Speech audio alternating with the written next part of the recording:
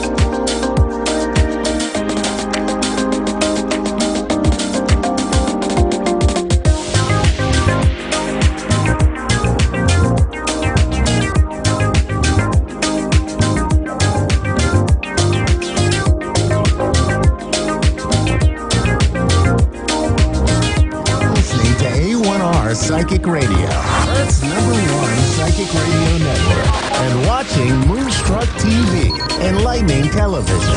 Welcome. Time for Avid Advice Live with Thea Johann. Live from AvidAdviceLive.com. Connect direct. In North America, dial 888-454-2751.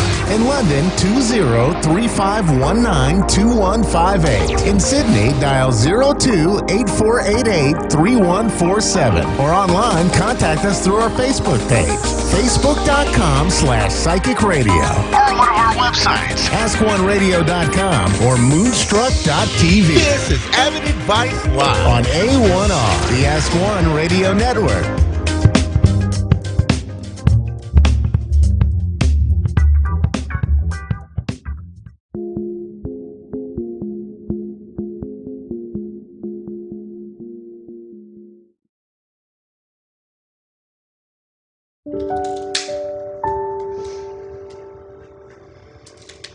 There is somebody's mom here. She directed to you right now. Fia is actually channeling my mother. I have her right now with me. She passed away 3 years ago. She says, forgive me. Caring for my mom was amazing. What she told you before, 3 days before she passed. That she loves me and that she'll see me soon. She's directing me another woman in the room. Please. My grandmother was my mentor growing up. There's two women that directed by her right now. You and her. She's talking about the man that she was concerned, and she's still concerned, and she asked for forgiveness for that man as well. The man that she brought forward to forgive, that's my brother. She's telling you to stop being weak. Bring more confidence into your life. You know, we're all at different points in our lives. We've all been through different experiences, traumas, excitements, joy. She's proud of you. You're quick in something. You stopped something that was very hard for you to do. You wouldn't think that 10 years ago that I was addicted to drugs. She says, I'm proud of you. Continue. I never stopped asking the universe to show me the way. She's talking about your pain. Let it go. I don't have to have that story anymore. I don't have to hold on to the story of my pain, of my past, of my trauma. Today, I can let it go. Let it go! She said, can you forgive me? Yes. Say goodbye to all things that could stop you to succeed, to feel good, to connect with your soul. Say yes high. Yes. Loud. Yes. Louder. Yes. She's asking you, can you forgive that person? She's directing someone else. She's directing a man. She's directing someone. Can you forgive that person? Can you forgive that person for her? Loud. Yes, I forgive him. Why you do forgive him? She want to know. I forgive him for myself. You are worthy enough to do everything for yourself. Not for anybody else, for yourself. I know that takes a lot from her, but she gives. And she gives and she gives. She's asking you to be strong, to be powerful, to be connected to your soul. You don't need anyone's affection and approval to be perfect. You are already perfect. Believe in yourself. Yes. Just say, yes, I do believe in myself. Yes, I do believe in myself. Louder! Yes, I do believe in myself. Louder! Yes, I do believe in myself. And I believed in her. We're all from Brooklyn, New York, so there was a very Jewish Italian community there where people's homes were open and they would intermingle and share their faiths, share their food. She's talking about backyard. She's talking about the trees. She's talking about dishes. She's talking about the chicken. She's talking about the chair. She's talking about everything. Please direct her what she's trying to say. Nana's house. Nana's, my mom's house. We all lived together. I mean, they lived there. with my mom and my dad. They were always together. We were always together, always cooking. She actually made a better chicken parmesan than my mother. Yeah, hers was better. Hers was But don't tell her that. Yeah, don't tell my mom that. Don't tell Nana. There is a power in sadness. There is a power in pain.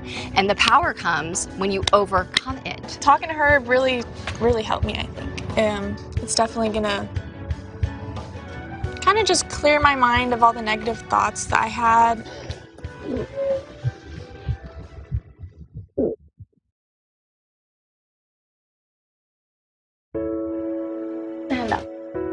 My father, Congressman Ron Dellums, who passed away a year and a half ago, visited FIA. Today was a day to remember Ron Dellums, who in 1970 brought to Congress an anti-war and anti-apartheid stance that was branded as radical and dangerous. Oh my God. He's asking, do you remember my hand? Oh, yeah. Do you remember what I told you? Yeah. Do you remember why I told you? Yeah. Dellums' youngest daughter, Piper, is proud that her father became an early voice against oppression in South Africa, applying pressure that would one day bring an end to apartheid. You said, take my legacy, take my mantle. You're the smartest person I know. Go into the world and heal the land and do it in your way. You know, Ron never gave up, never became bitter. He loved people. This is not my hand, this is your dad. He wanted you to tell again, louder, louder, and clear what he told you. I'm passing you my mantle, I'm passing you my anointing, and passing it to you. You're the smartest one that I know. Run. There's so much work to be done. Run, run, run and heal the world, and don't stop. Do it in your way. Run, baby girl. Do it in your way. So she's spoken to me like a sister, but also like an angel. He said, I saw you when you cried in front of that candle. Why did you cry? She's given me the faith and trust and support that was being given me by my dad before he left. So she's done this beautiful transition of allowing me not to feel the void of his leaving.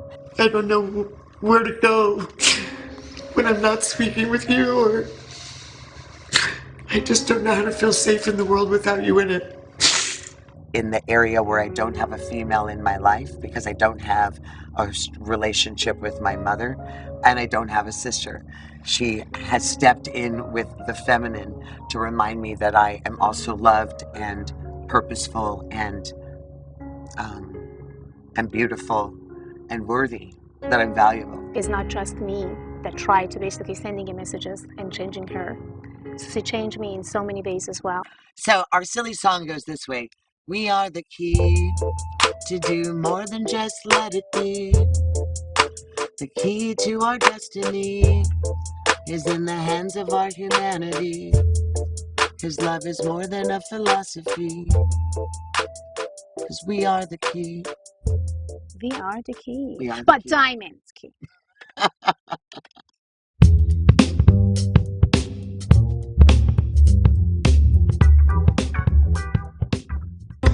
Welcome back. Our next guest is a celebrity medium, a clinical hypnotherapist, a holistic healer, and holds a master's in psychology. Fia Johansson is known as the Persian medium, and she's even worked with intelligence agencies and law enforcement to find answers in cases. She also wants all of us to discover our best selves. Fia, good morning. Good morning, Heather. Thank you so much for your time this morning. Thanks for having me. I just want to start with, when did you realize that you had this ability? I was 7. 7.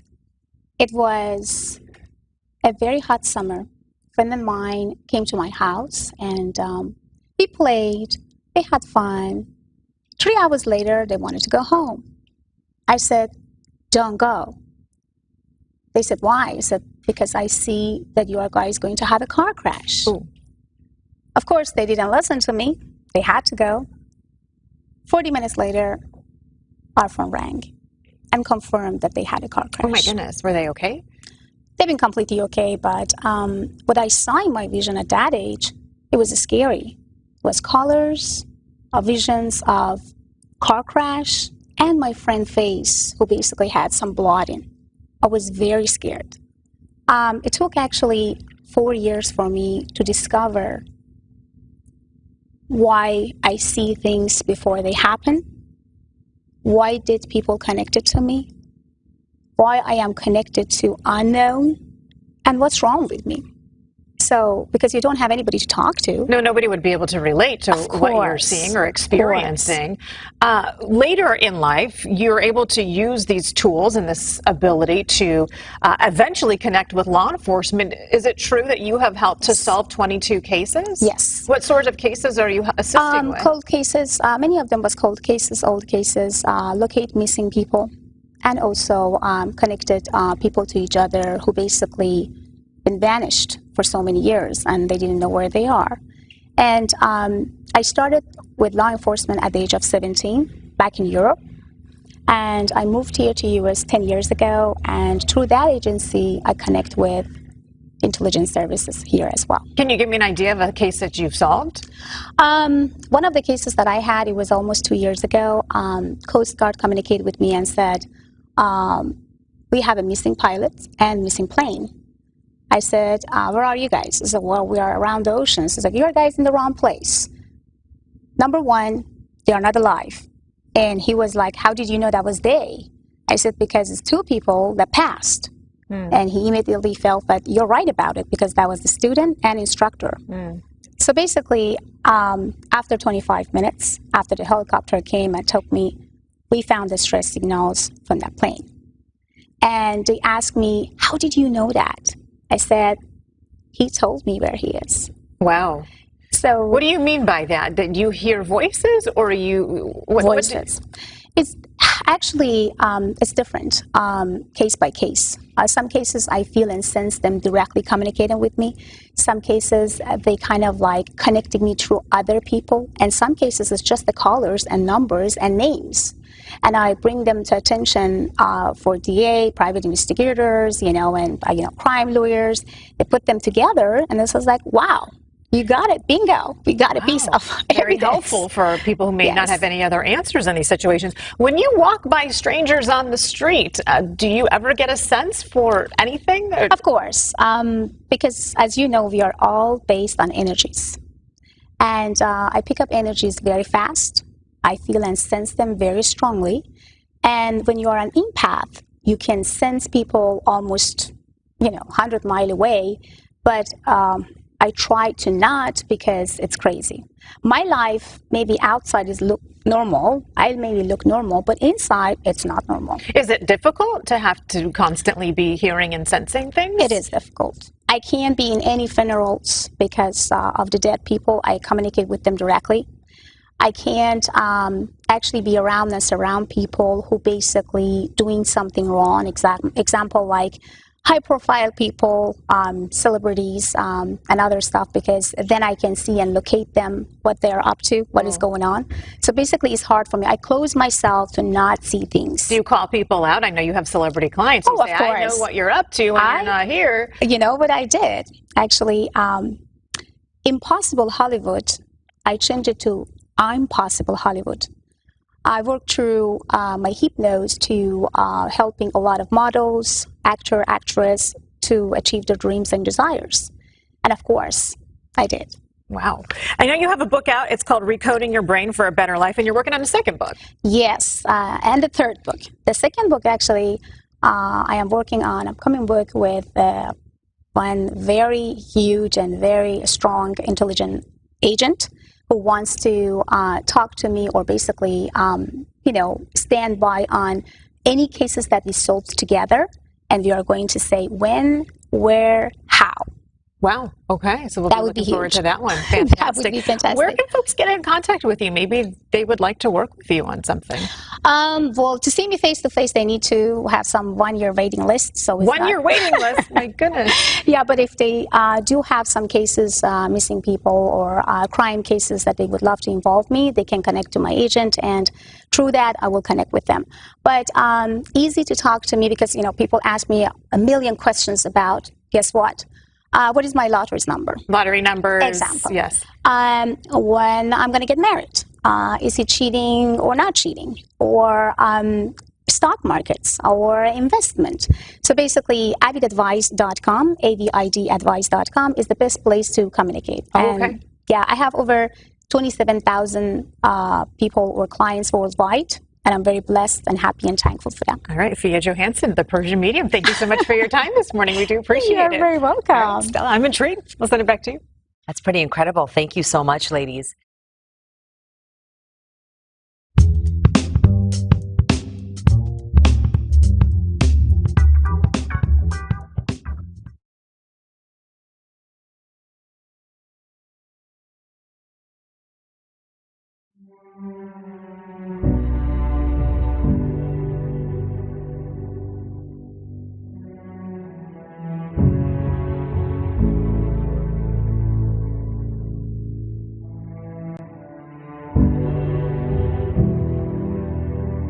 Thank you. Thank you, Mother Nature. Thank you for all the gifts and all the blessings. We hear you loud and clear. We hear your aching heart, and we hear your call for renewal. Thank you, coronavirus. Thanks for the opportunities. Thanks for the opportunity of a lifetime to gain an unparalleled enlightenment. I thank the universe for the opportunities it is providing us now. The opportunity to slow down and reflect on our lives. The opportunity to rethink our being and the purpose of our lives. The opportunity to spend time with those around us and our loved ones. The opportunity to better get to know my partner, my kids, the love of my life, my parents, and all. The opportunity to reevaluate our lives and our life directions as well as our purposes. The opportunity to refocus, re-energize, reorganize, rebuild ourselves. The opportunities to get out of our busy and self-focused lives and pay attention to the world around us. The opportunity to value our friends and social interactions. The opportunity to have access to product and services when we want them. The opportunity to recognize and appreciate every little things in our life that we did not even see before. The opportunity that we love another. The opportunity to see that even the pretty faces on TV are nothing but an image. The opportunity to realize that my worth is not my status. The opportunity to understand that we all need one another. The opportunity to believe in ourselves and believe in our power and believe in God. Thank you, COVID-19. Thank you, coronavirus. Thank you to value our friends and our social interactions. For the opportunity to have access to products and services when we want them. The opportunities to recognize and appreciate every little things in our life that we did not even see it before. Thank you, coronavirus. Thank you. Thank you and thank you. Thank you for allowing us to put aside all our problems. Thank you for stopping us. Thank you so much. Thank you for making us appreciate the luxury we lived in. The abundance of products, freedom, health, wealth, love, and anything we wanted.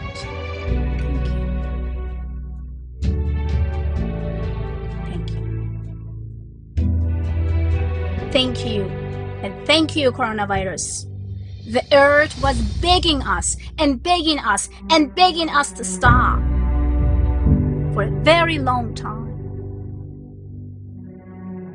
And thank you that you helped the earth to breathe, to feel fresh and rebuild herself.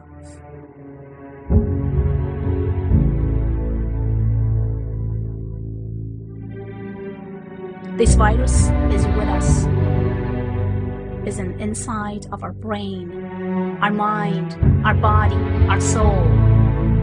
This virus came to us to show us how little and how tiny we are.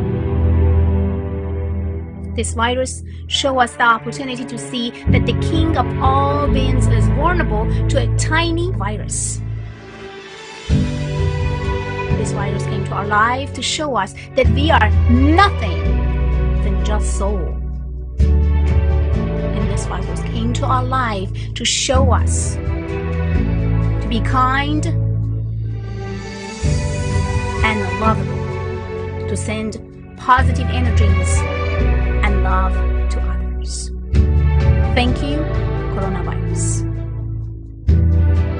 I thank the Mother for providing us with an opportunity to listen to it again. I thank for the second chance for renewal and refreshment and replenishment. I thank the universe for cleansing and purging all the negativity created for so many years, the pollution, the warming, the abuse of resources, the waste and our ignorance to protect our homes and our community.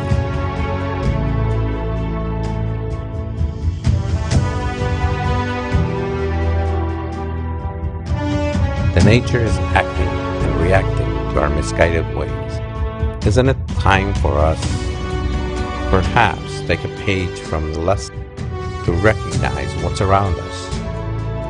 Thank for the blessings that are coming our ways each and every day. I trust the universe to guide me, protect me, and direct me to being better than the day before. I thank all the gifts that I receive each and every day in my life.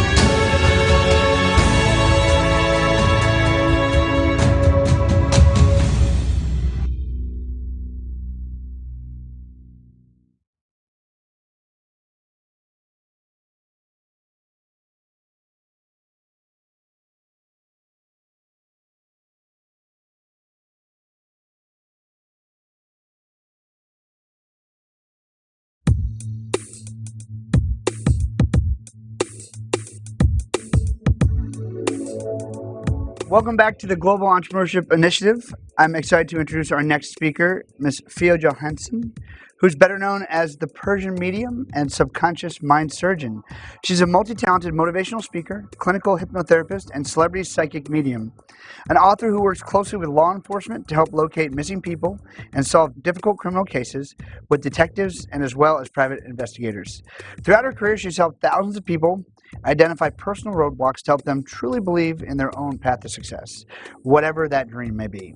Her greatest passion in life is helping others achieve their ultimate dreams and desires, teaching people to believe that truly anything is possible. Please help me welcome to the stage Ms. Fia Johansson. Welcome back. Did you know that police departments across the country and even the CIA sometimes turn to psychics to help them solve cases? Victims' families looking for answers also turn to mediums for closure. Fiona Johansson is an author as well as a licensed psychologist and hypnotist. Welcome back. Our next guest is a celebrity medium, a clinical hypnotherapist, a holistic healer, and holds a master's in psychology. Fia Johansson is known as the Persian medium, and she's even worked with intelligence agencies and law enforcement to find answers in cases. cases. She also wants all of us to discover our best selves. Fia, good morning. Hey everybody, welcome back. I'm Jack Canfield, your host for Hollywood Live. My next guest, Fia Johansson, is an amazing person. She speaks 5 languages, which I find very impressive. She's emigrated to several countries, has a psychology degree from the University of Stockholm in Sweden. She is a hypnotherapist, clinical hypnotherapist and healer, and God knows probably other things I don't even know about. Hi, welcome back to Times Square today. I am your host, Greg Rollett, and I am very excited for our next guest because she is known as the Persian Medium, the subconscious mind surgeon. She's a motivational speaker, clinical hypnotherapist, and celebrity psychic medium. This is going to be a fascinating conversation with my good friend, Fia Johansson. For centuries, it's believed that mediums have been able to mediate communication between spirits of the dead and living human beings. People usually recruit mediums to help them get in contact with family members or friends who have passed on. But celebrity psychic Fia Johansson is also using her abilities to help law enforcement solve cold cases and help exonerate and free innocent inmates. And Fiona's joining us now. Fiona, welcome to the show. Thank you for having me. How are you doing today?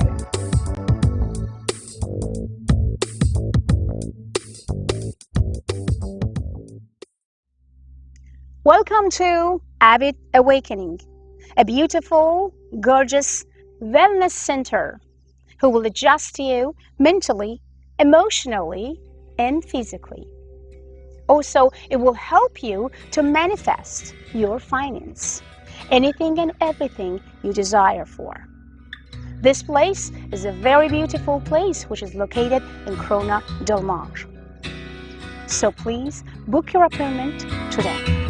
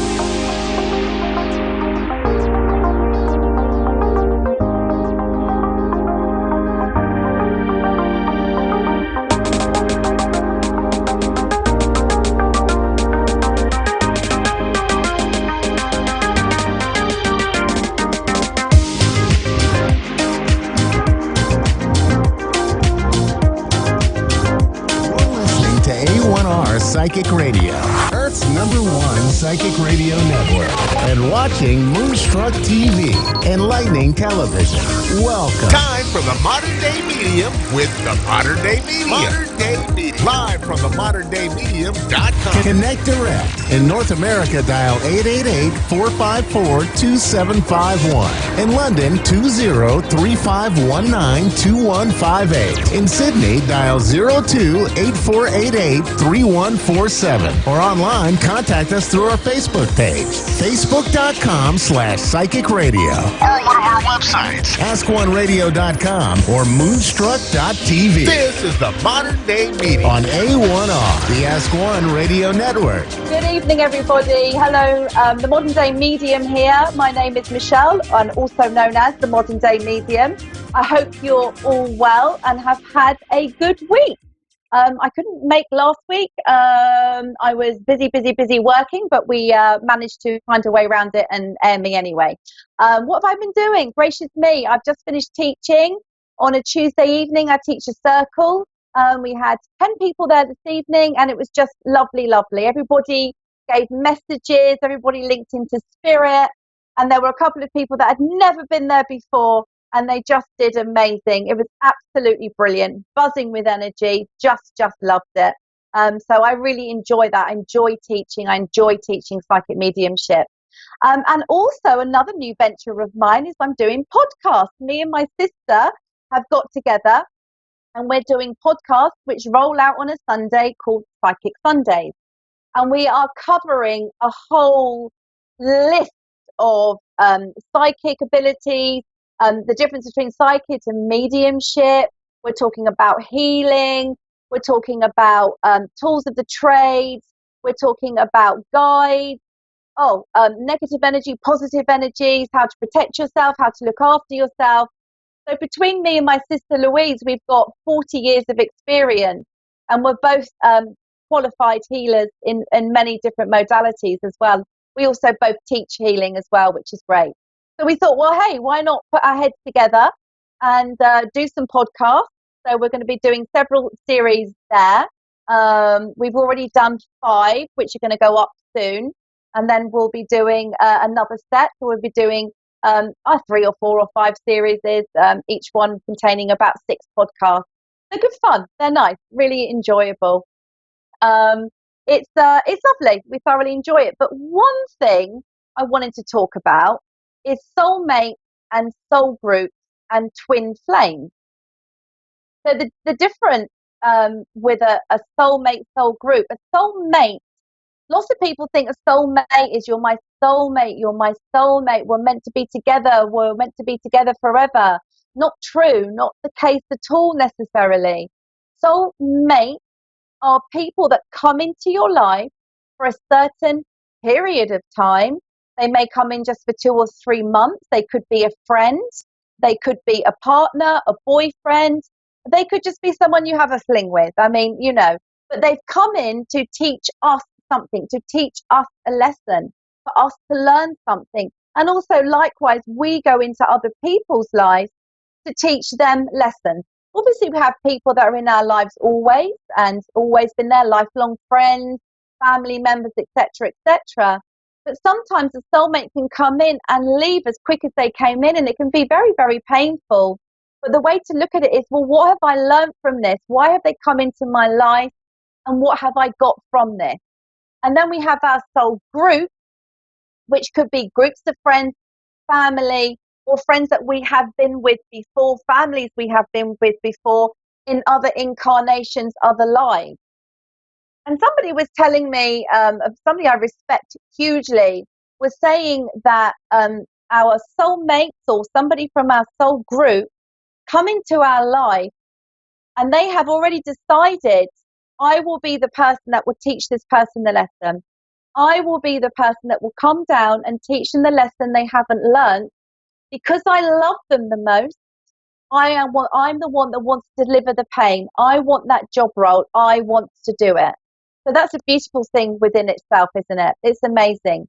So soulmates, and also another interesting thing is when we're most in need sometimes, is when somebody will come into our life, will pop up into our life, a new friend will come into our life, just to help us, just to say, hi, you were on my mind. I thought I'd give you a call. And that's a great thing, is that soulmate or that friend coming back into our life. No such thing as coincidences, right? Come back into our life to help us through a difficult, sticky patch. And likewise for us as well. So a message to everybody is, if you have got somebody that's on your mind, somebody you're thinking about, somebody that keeps popping into your head recently that you haven't thought about much for a long time, then I just would like you to think about the possibility that you need to give them a call, give them a ring, and I feel quite sure that they will just say, you won't believe it, you won't believe what I'm going through, you won't believe what happened. So all of us are also psychics as well, right? I mean, we all have that ability in us, just believing in it, standing in that power. And when we get something that's coming in that's a little bit out of the ordinary, or someone keeps popping into our head, give them a call. And then when you do, I feel quite sure that you'll know the reason why you've called. So there's just a very, very small bit on soulmate, soul group. Obviously on our podcast, we go into it a lot more and a lot more depth on loads of different subjects, loads and loads. We've really thrown the box open on psychic mediumship, thrown the box open on healing, and it's our thoughts, our feelings, what we've been through. And we're also going to be having some really great guests as well on there, physical mediums, trance mediums, psychic surgeons. It's going to be really good fun, really good fun. And also on here as well, 10th of March, I will have a guest with me then. And he is just amazing. Watch this space. I respect him hugely. It'll blow your mind, honestly. He's wonderful. So I'll stop babbling now. And I just wanted to share that with you. So just be aware of soulmates, and don't necessarily always see it as a bad thing. See it sometimes as someone's given you pain. Pain is to be felt. Let's not forget that. It's learning, progressing, and moving forward. So if someone's come into your life, just think, okay, all right, fine, they've gone. What have I learned from here? Or what have they learned from me? So turn it into more of a positive, beautiful thing. Not everything is bad and sad news. We're all here to learn lessons, right? To give up to that higher vibration. So there we go. I believe I have a caller, Jessica. Are you still there, or have you got bored of listening to me bambling on? Yes, I'm still here. Hello, my darling. How are you? I hope you found it interesting. How are you, Jessica? How can I help you this evening, my lovely? Yes. I had a friend that passed away. His name was Mark. Yep. And I was seeing if he's came forward. Yep. Okay, that's fine. Right, Jessica, I need to say to you, actually, funnily enough, before I did the show, I was just linking in as I do and asking whoever needs to step forward. And funnily enough, I did have a child stepping forward, most certainly a son boy energy. Can you understand, please, his death being very, very quick, very, very unexpected, please, my love? Very fast, very quick, sweetheart. I'm just going to keep talking and hope that you can hear me. Can you hear me okay? Yes, I can hear you. Good. I'm going to just keep talking, all right? Now, I feel that this son, I have to say, he feels very nice, very gentle, very kind, very caring. I feel some confusion in his head and something coming up and around into his head area before he went back to the world of spirit. He is making me aware, he's taking me to his stomach as well. I'm feeling an impact or a pain or a problem in my stomach area, if this makes sense to you, please. He's holding my stomach and making me rub my stomach round and round and round. And this is him just telling me also something that was wrong there, please, my darling. His passing felt at the end quite sudden, quite fast, like I said, very, very quick. But he was quite a unique person, very, very different, a stand-out young gentleman, please, if you can understand that. I also feel he had the most beautiful eyes as I look at in his eyes, and they feel quite pale and just very, very lovely. He makes me aware, Mum, I'm okay. He wants you to know I'm healed and I'm put back together. I'm all been put back together again. And in my head, I feel my head is, I'm really okay.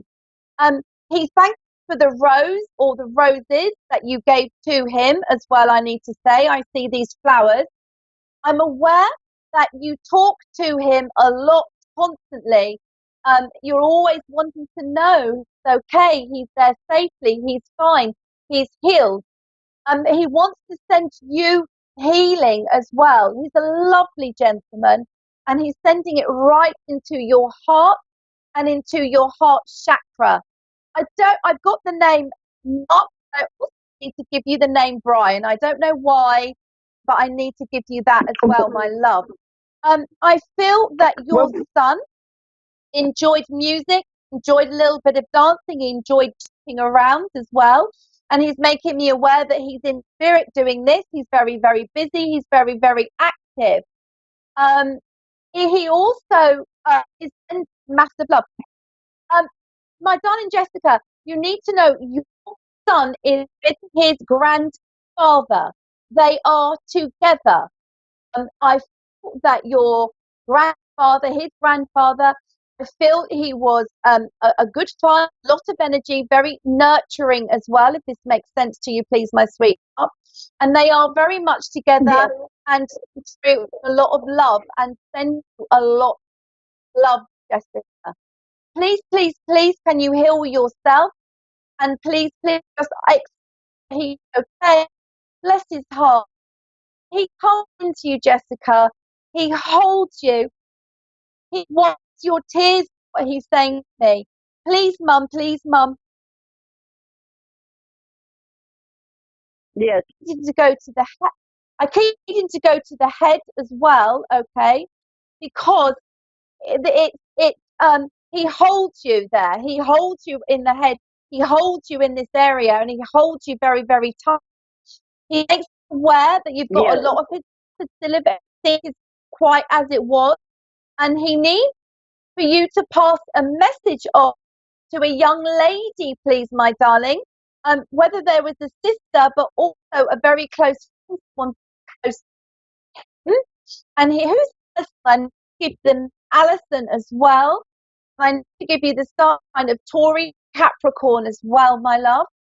And I say to you for you to send love, them to stop worrying as well, and that they are okay.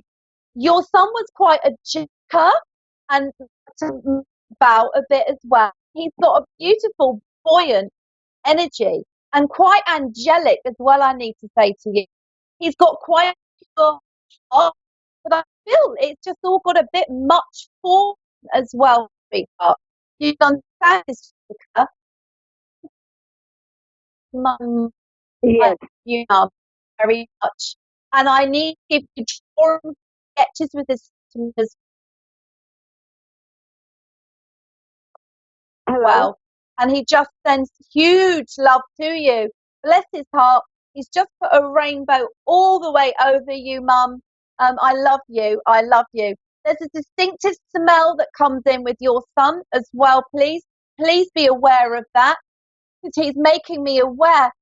It's a very clean kind of, it's like a soapy smell. I don't know why I'm getting this. And I have to go with hair gel and a hair wax as well.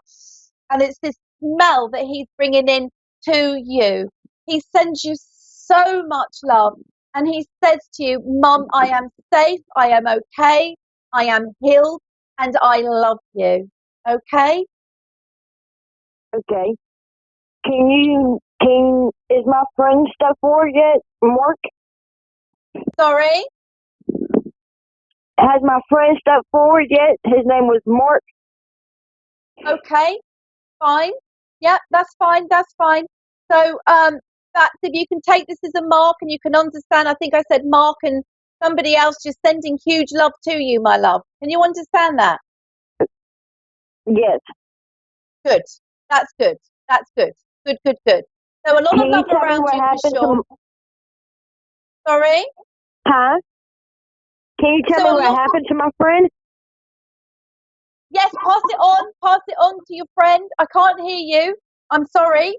Right. Okay. Can you stand? I have got. What happened?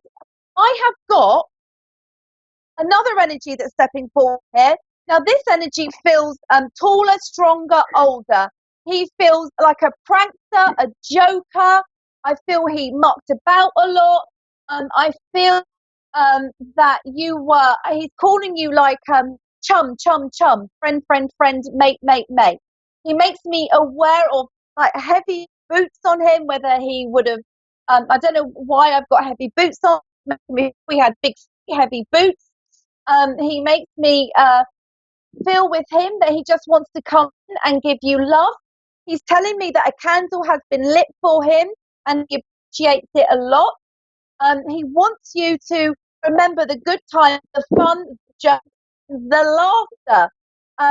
He's telling me that he had some depression, he felt quite down, and he felt quite low as well at times. He makes it clear that you spent a lot of time helping, talking, and communicating with this gentleman, and he wants to thank you very much. Is that okay? Can you hear me? Oh, that's better. I can hear you much clearer now. So there's a lot of love there for you from Spirit, darling. All right. So my friend hasn't really stepped forward and said what happened to him.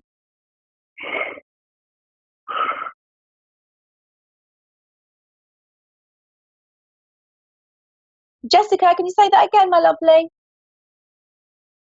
So my friend hasn't stepped forward and tell you what happened to him. Has your friend stepped forward and told me what's happened to him?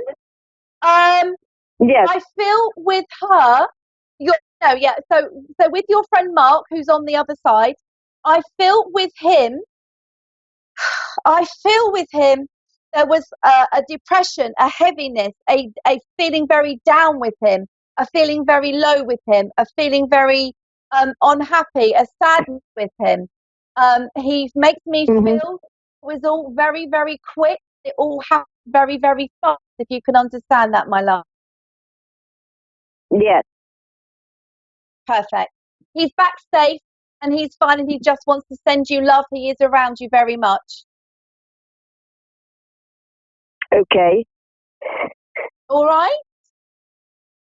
Okay. Thanks, my darling. Hello? Right.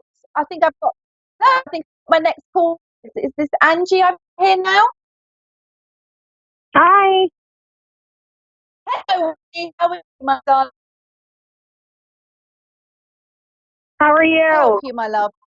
Oh, good, sweetheart. How are you? How can I help you? I was just hoping to get like a general relationship reading. This retrograde has me kind of in a funk. I'm just going to go straight into it, all right? I'm pretty to you. I'm just going to go with exactly what I'm feeling, getting. Right. Can you hear me better now? Down, up and down, up and down. Backwards and forwards, backwards and forwards, backwards and forwards. I feel with you that you're too much. You're soaring in a relationship, feeling a bit difficult. I think you're feeling quite drained, my love. You're feeling tired and you're exhausted with it all. Feeling, I know I'm up, but if you listen back, I'm sure you'll be able to hear, Andy. I'm feeling with you, my loveliness, backwards and forwards within this relationship. I feel that I want to say to you to take a leap of faith. I want you to stand your ground. I want you to stand up for yourself. I want you to stand strong. I want you to come and how it is you're feeling is making you feel, and it needs to be cleared. I feel that there is some misunderstanding within the relationship as well, misinterpretation, and things are very, very quickly taken the wrong way. It feels very fiery to me and quite vulnerable at the moment. There's a lot of pressure and stress that's added onto the relationship here that's making it difficult. I feel with this partner or friendship or this relationship that you're in, I feel the gentleman walks out a lot, walks away a lot. He can't deal with it. I can hear doors slamming. I can hear shouting. And I can hear arguing that's happening here, please, my darling. And I just feel that you're taking all of this in and it's impacting you quite a lot as well. You can be I've been. Mm-hmm. I can feel that you can be quite stubborn and stand your ground, but at the moment you're not. I feel that you're feeling overwhelmed, bowled over, and you're just not too sure which way to go or which way to turn. I want to say to you, my lovely Angie, that it would be nice for you to have a couple of days just away, just for you to think what it is and to sort it all out. It feels like it's got in a right old muddle, if you can understand that, my love. I also need to say to you that I want you, Angie, to listen to you and how you feel, and if this is actually really what it is that you want and where it is that you want to go, Angie, all right? I want you to stand up and speak up for yourself as well, coming from a place of love and truth and how it's been making you feel. I feel this gentleman is under stress, pressure, like a heavier energy, a depression, a loss. And I feel that he's sort of clammed up a bit and he's not got over where he is. He's a bit stuck at the moment emotionally. Can you understand this, Angie? Yeah, well, he's all about focusing on money, and he just blocks his emotions off. He doesn't like expressing how he feels, so he just lashes out. And I've been getting so overwhelmed recently that I've been having like compulsive crying fits. Like I've never cried so much in my life. Yeah. So the crying is the letting out of the emotions. The crying is the sort of grieving of what you had to where it is now, to the wanting him to come back, to him pulling back, to wanting him to open and communicate. I need to tell you he's not being disloyal to you. That just came through very, very clearly. It's just where he is at the moment. He's in a little bit of a lost place at the moment emotionally. It's all kind of built up inside of him and he doesn't know how to express it. I want to say to you, Angie, if I can give you anything from spirit, is to give him a bit of space and step back a little bit. Whether you can go to a friend for a couple of days or nights, I just feel like I need you to think what it is that you want. Just take a step out. I'm not saying it's ended. I'm not saying it's over. I'm just saying that just needs a little bit of space to allow you to breathe and allow you to get together with how you're feeling and why you're feeling like you do, Angie. Your partner needs to let all these emotions out. He really does. And sadly, we can't force people to do that, but it is going to happen. He is going to get over it and it is going to get better. It's just going to take a little bit of time. Angie, I want to say to you, what is going on is with him. You can love him from a distance. I don't mean not being together, but I mean you can be there to support him, but you do not need to absorb or take it on. You can only be responsible for you, but you can stand by his side and say to him, until you're ready or when you're ready to talk, you know where I am. Until then, I need to get on with my life. It's making me sick. It's making me tired. It's making me emotional. And I cannot stand in this anymore, in this energy. So I love you, but I'm just going to be over here emotionally at the moment until you're ready to talk and speak to me and speak freely with me so we can clear this up. Does that make sense, Angie? Okay. Hopefully you're still there, my lovely, if you can hear me. So, Angie, they really are things I would like to say to you. I feel your partner, there's a lot of heaviness in his heart at the moment as well. I don't know, going back to mother-father issues, family issues, loss, a tough life for him, I need to say. And it's like things keep rearing up again and then going again, rearing up and then going again. And sadly, it is for you to be there or to help and to support, but there's not much you can do if this lovely gentleman isn't willing to make the changes himself. So step out of that, step in your own power, and just let him sort himself out, but giving him all the support that you need, if that makes sense to you. Yes, it does. So, good. So just stay strong, my loveliness. And just be gentle with him. Just be gentle, and don't absorb all of this stuff. I really want to say that to you. And as a psychic medium, and I've been doing this for a long time, and also as an energy worker and healer, we don't have to be ingrained, entangled, entwined 100% in someone else's pain. We can love them and care for them, but protect ourselves and just say, when you're ready to deal with this, I'm here. Honestly, give him the space and the freedom to let him sort himself out. You're a lovely lady, Angie. Okay. You really are. Okay, you are. You're a strong woman. Go and take a couple of days if you can, or even if it's an afternoon, just to let yourself. Before I know it, it's Tuesday again, and I love doing these shows. I love connecting with everybody.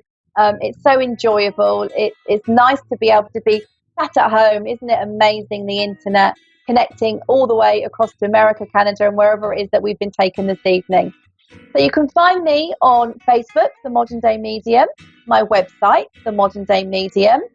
I do Skype readings, phone readings, one-to-one readings, but there's a long way to travel if you're over in America or Canada. So you can find me there. Love. Skype readings work brilliantly well. So for the rest of the week, just take care of yourselves, love yourselves, put yourselves first. If you feel that there's some healing or emotions that aren't shifting, there's a bit of a block, allow them to come up, do some meditation, listen to something that is that has you have a calling for. If you listen to a meditation and you just feel drawn to it, then just know that's the right one for you, and just let things go, let emotions go.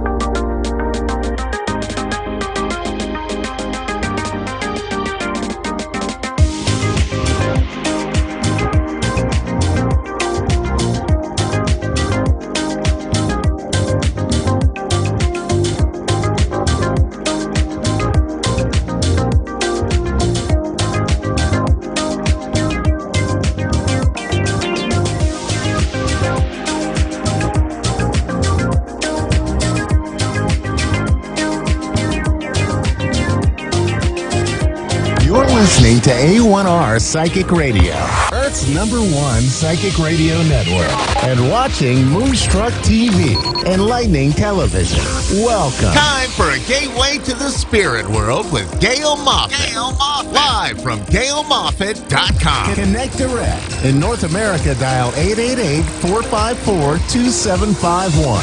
In London, 20-3519-2158. In Sydney, dial 02-8488-3147. Or online, contact us through our Facebook page, facebook.com/psychic radio. Or one of our websites, askoneradio.com or moonstruck.tv. This is a gateway to the spirit world on A1R, the Ask One Radio Network. Hello and welcome to A1R Psychic Radio and Moonstruck TV, and it's very nice to be with you today. As always, we will be having two callers that call in, and I will be endeavouring to connect for them, either to the spirit world where we connect to a loved one, or I will be going to one of my guides who will be giving guidance. So this could be you. So do call in if you want to have a reading. Anyway, I always give a little bit of a spiritual talk before I start, and one of the things that I was thinking of is about guides, and I've been given some information by my guides that I think is very interesting. And for the best part, most people will have one guide, and that can either be a loved one, or it can be an angel, or it can, it'll be one person. And they are allocated to you so that you can be guided in your life, and they can sort of steer you in the direction. Because after all, there is a path that is sort of destined for you, or rather God hopes that you follow, and so they give all the sort of help to ensure that that's going to take place. But what I've been told is heaven, or whatever you want to call it, is stepping up, and they are now going to give you two guides, and so everybody in the future will have two guides, and they're going to have somebody from the angelic realm and a loved one. And there's going to be a hierarchy above that, and that hierarchy is going to be sort of, organizing everything. So there'll be evolved souls, managing the loved one, and the senior angelic realm managing the angel that's with you. And I find that quite sort of fascinating, and that was told to me by one of my guides. So interesting, isn't it? And so I know that we're going to have some callers, and I believe there's just one coming through in a minute. But yes, here we are. It's Gina in North Wildwood, New Jersey. Are you there, Gina? Yes, I am. Hi, how are you? I'm very well, and how are you? Okay. Good. So I am a medium, and what that means is I can do one of two things. I can either go to my guides and get guidance for you, or I can connect to a loved one. Is there a particular area that you'd like me to focus, or person that you'd like me to connect to? Well, yes, there's both, actually. I need some guidance. Right. And either my sisters or my mom. Okay. Right. So, I've only got about 10 minutes for each caller. Okay. So, whereabouts would you like me to focus on the guidance? Oh, and by the way, your sister has come in with your mum. I can see them right in front of me. So, sorry, I interrupted you. Say what you're going to say, and, That's okay. and I'll try and do both for you. My financial situation and my happiness. Right. Okay. So, I want to talk to your sister first, and she's the one that's stepping forward, and she's quite funny. She's like, like sort of waving her arms up, like sort of, oh, I'm going to speak to you. She's like, she's so excited, and sort of like almost sort of quite bouncy. Would that be the way she would be if she were in this situation? Yes, I have two sisters, yes. And they would both So be the I don't same way, yes. They'd both be the same way, yeah, because I feel like she's going, ah, sort of really sort of Yes. excited, and not every spirit person comes through like that, I can assure you. And she's saying that she's so excited because she's calling you like a. I feel like I want to refer to you either as a friend or a best friend. Would that make sense to you? Yeah. Absolutely. Because she said, because I felt like she said best friend, and she's saying to me, she's saying, I have missed you so much, because it's almost like she was so used to, checking in with you all the time, and oh, this happened and that happened, and can I tell you about this, and I want to tell you about this, and what should we do about this, and what do you think about this, and there was always that constant dialogue of life and what was going on, and I feel like there was always a phone call going on, or a chat or something like that, and she says, you have no idea how I miss that. She said, I really, really miss that. And she says, there's nobody that I can really feel like I can do that in the same way that I did it with you. And I know she's there with her mum and her other sister, because she told me that. But that's how she views you. Would that make sense to you? Absolutely, yes. We were very close. Yeah, yeah. And she says that, did you look after her? I'm sorry? Did you spend some time looking after her? Yes. Because she's telling me you were looking after her. And she says that she's so grateful for the fact that you did that, because she wouldn't have wanted anyone else to be involved in the way that you were involved. It's like there was a trust thing for her. She needed to know that somebody was there that she could trust, and she felt really. She feels like she's got a really strong, not only a strong bond with you, but a strong trust. And she says to me that she's just so grateful, because she says that you managed things around her when she wasn't well, that she doesn't feel that anyone else could have done it in the same way that you did. And I feel like it's her. I just, you know how, life needs to be managed, and I feel like that's what you did. Would that make sense to you? Yes. And I feel also there was something to do with somebody that she knew, and she's making me feel like it was complicated. It wasn't easy, and it wasn't that she didn't sort of, want to be engaged with them, but it was just complicated. And she says you really helped in that situation towards the end of her life. Okay. Would you understand that? That I'm not too sure about. Right, I'm just going to go back to it, because sometimes I can misinterpret it, or she's not saying it in the right way. Right. Okay. Would you understand that she was okay? There's somebody that she was close to, and I feel like it's a romantic relationship that she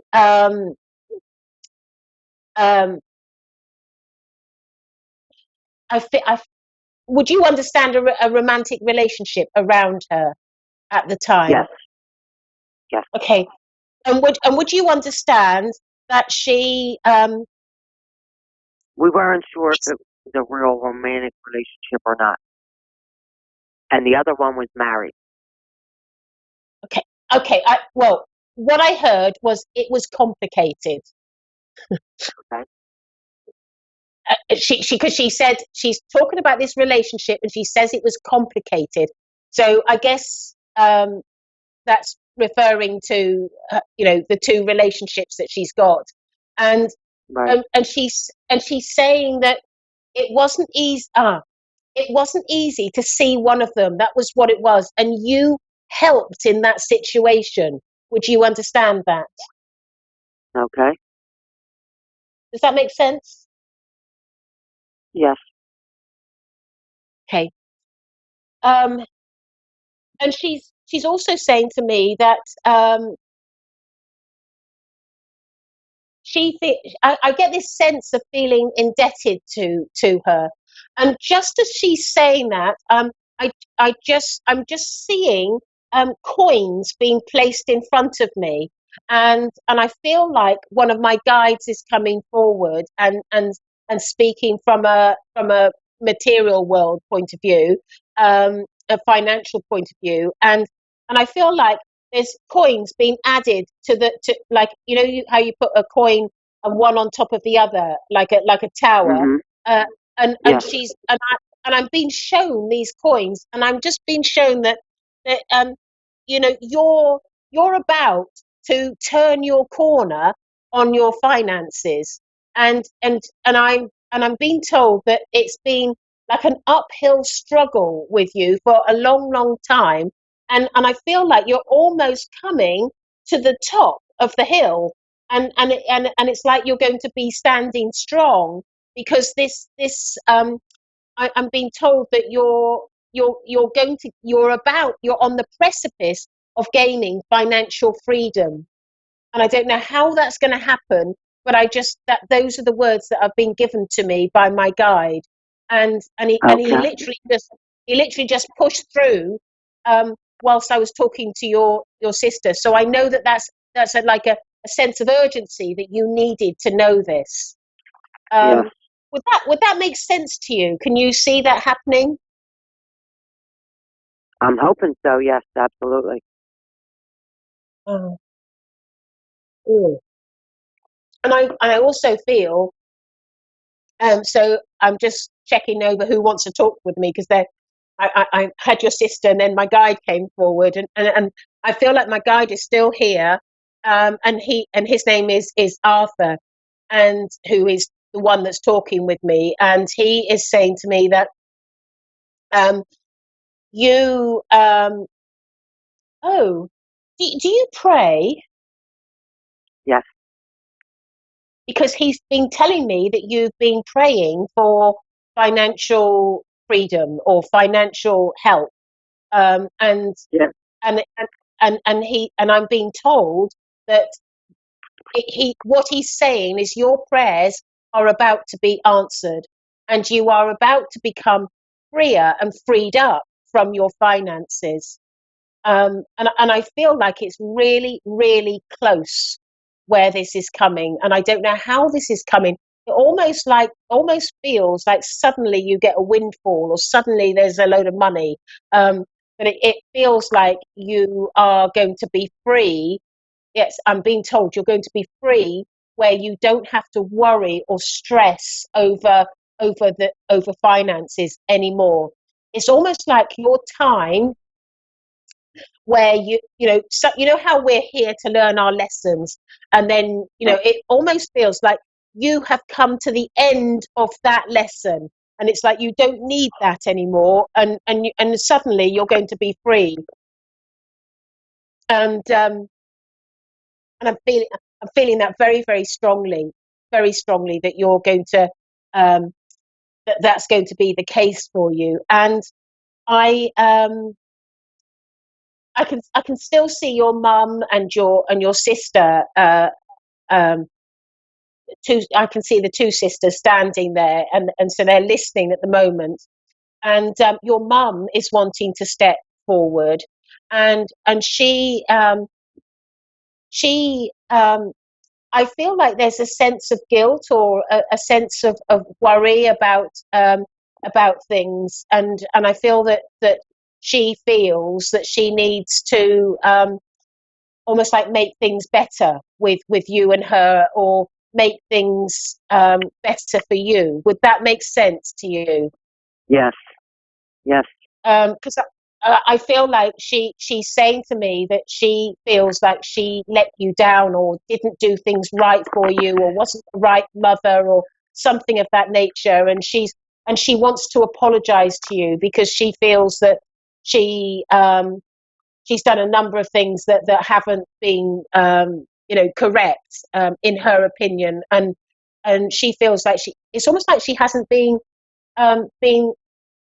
the right sort of mother for you, and she's telling me that you have suffered as a result of some of her actions. Even today, there are wounds within you, even though you sort of remain strong and you feel like you're okay, but deep down there is a wound, and she's wanting to really be apologetic to you and apologize for some of her actions. And she's also saying she's made up some of her differences with other members of the family as well. I'm assuming this is with your two sisters. Would all that make sense to you? Yes. So I've got another caller waiting, and I'm really sorry it goes so quickly. But if you want to find me, I'm either on Instagram or Facebook or YouTube. So one or the other. And my name is Gail Moffat. So do find me. But I hope that that's okay for you. Yes. Thank you so very much for your help. Oh, my pleasure. My pleasure. Nice. Thank you for ringing in. Right. So we have Laurie in. Oh gosh, now that's a word I've got. I've just been told. Shenandoah in Pennsylvania. In fact, what I should say is Laurie in Pennsylvania. That would have been far easier, wouldn't it? Hello. Hello, Laurie. You see, I'm a long way from Shenandoah, so it was difficult You got for me it to right. pronounce that. Yay! Right, good. So, I'm a medium, and I can connect to loved ones, or I can connect to one of my guides and give guidance. Is there a particular way that you would like me to focus? And if so, Whatever comes through to you, whatever you feel best with. Okay, right. Let's see. Who wants to? I have to either go to my guide or see who's standing here. I feel like my guide wants to speak, and his name is Arthur. And he for some reason he wants to introduce himself to you and say hello. Hi, Arthur. Yeah, he's ever so sweet. I really like Arthur, and he's saying to me that you have been having some questions in your mind as to what's it all about, or the truth, or truth of life, or things like that, and you regularly think about sort of where things are true and where things aren't. Would that make sense to you? Very much so. And he's telling me that you're on this sort of exploratory sort of journey of and you're wanting to find your own spirituality, or your own truth, or what sort of slots in right for you.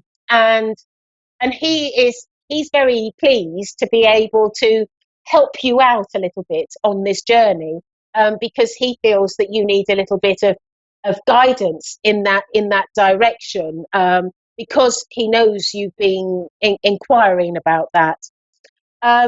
Okay. He's telling me that he's speaking directly to you. He's saying, I am a guide, and I work very closely with Gail, and he's saying that this is something that's not unusual with everybody that exists. He's also telling me that you have had personally had some experiences, spiritual experiences that have questioned. I almost feel questioned your faith. Would that make sense to you? Yes. and he's saying, and he's saying to me that it's almost as though, well, how can that be true if that happened? Almost like, and sort of, there's a questioning that's really quite deep to the core. And he's saying to me that he wants to let you know you are actually on the right track. And the reason why you're on the right track is because the spirit world are, they're funny, they are. They make me laugh, the spirit world. It's almost like they're saying to themselves, right, okay, Laurie, it's time for you to sort of get a grip of all of this and understand what's going on. And we're going to sort of nudge you in that right direction. And I'm being told that that's exactly what they're doing. They're, your inquiring mind has come a lot from some of your experiences, but also where spirit are guiding you. And I'm told that you've got a particular guide that's working very strongly with you. And the hope from spirit is that you eventually will be able to hear and see and sense spirit. Because I'm told also that you have had experiences that is leading in that direction. Would that make sense to you? Yes. And what Arthur is saying is that he's saying that he would highly recommend that you seek out somebody that can teach you. And if you go to a spiritualist church, sometimes they will have people that teach there. Sometimes it can be a little bit of a struggle to find the right person, because not everybody, it's like every profession, some are good and some are not so good. But he's urging you, he's saying to me that there is a plan with the spirit world, and they're wanting to guide you to the right person. They're telling me, in fact, Arthur is telling me off. He's saying to me that I needn't tell you that some are right and some are wrong. He's telling me off because he's telling me that you're going to be guided to the right person. And fancy him telling me off. Anyway, he's saying to me that he's going to be that your guide. He's correcting me. Your guide is going to be taking you along a path where you're going to be really opening up and connecting to spirit. And I'm also being told you're a medium and you're also a hands-on healer. And there's a sort of a sense of urgency that you need to develop. It's like the spirit world want this for you. Obviously, you have your own free will, and you have to want this too. And I wouldn't want to push you in a direction that you don't want. But I certainly feel that this is something that, I've been told, this is something that you've agreed to before you came to this life, and before you came, that you would create an understanding of mediumship and connecting to spirit. And so this is what's being told to me, that you have this strong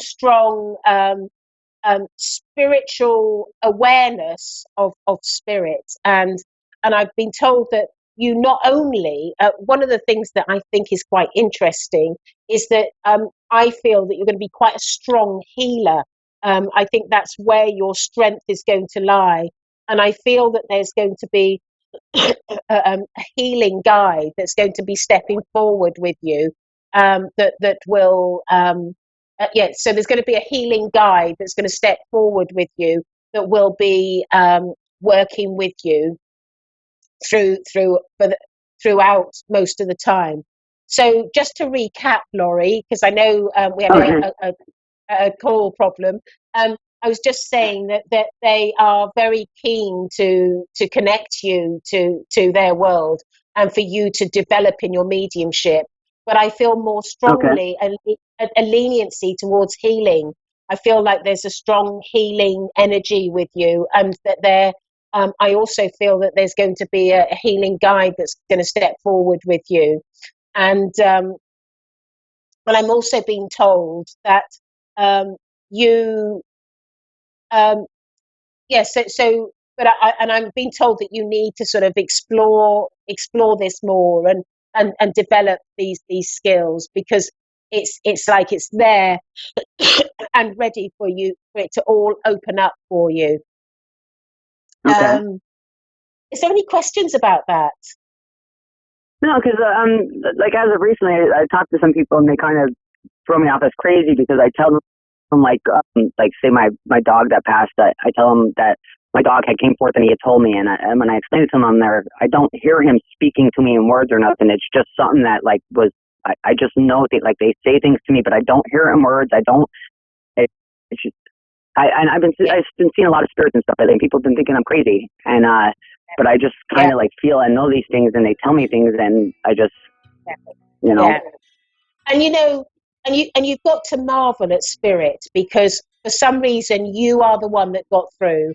My guide came through and said, this is where we need to concentrate on, because you need to be reassured that you're not going mad. You're not sort of, there's nothing wrong with you, that this is the spirit world trying to sort of get you and steer you in the direction of something that, all I can say to you is, being a medium is probably one of the best things you could ever do in your life. It's enthralling to be connected to guides that are so incredible and so adorable, and I'm sure that if you went down that journey, you would absolutely love it. But I really feel that if you want this is there for you. And I'm also being told, just before I finish, is you would actually be very good at it as well. I feel you've got a real natural talent for this. How does that sound? It sounds wonderful. Letting people know that their loved ones are all right, and other spirits and stuff. That's wonderful. Yeah. It's and I know that you've got a very strong guide that's working with you and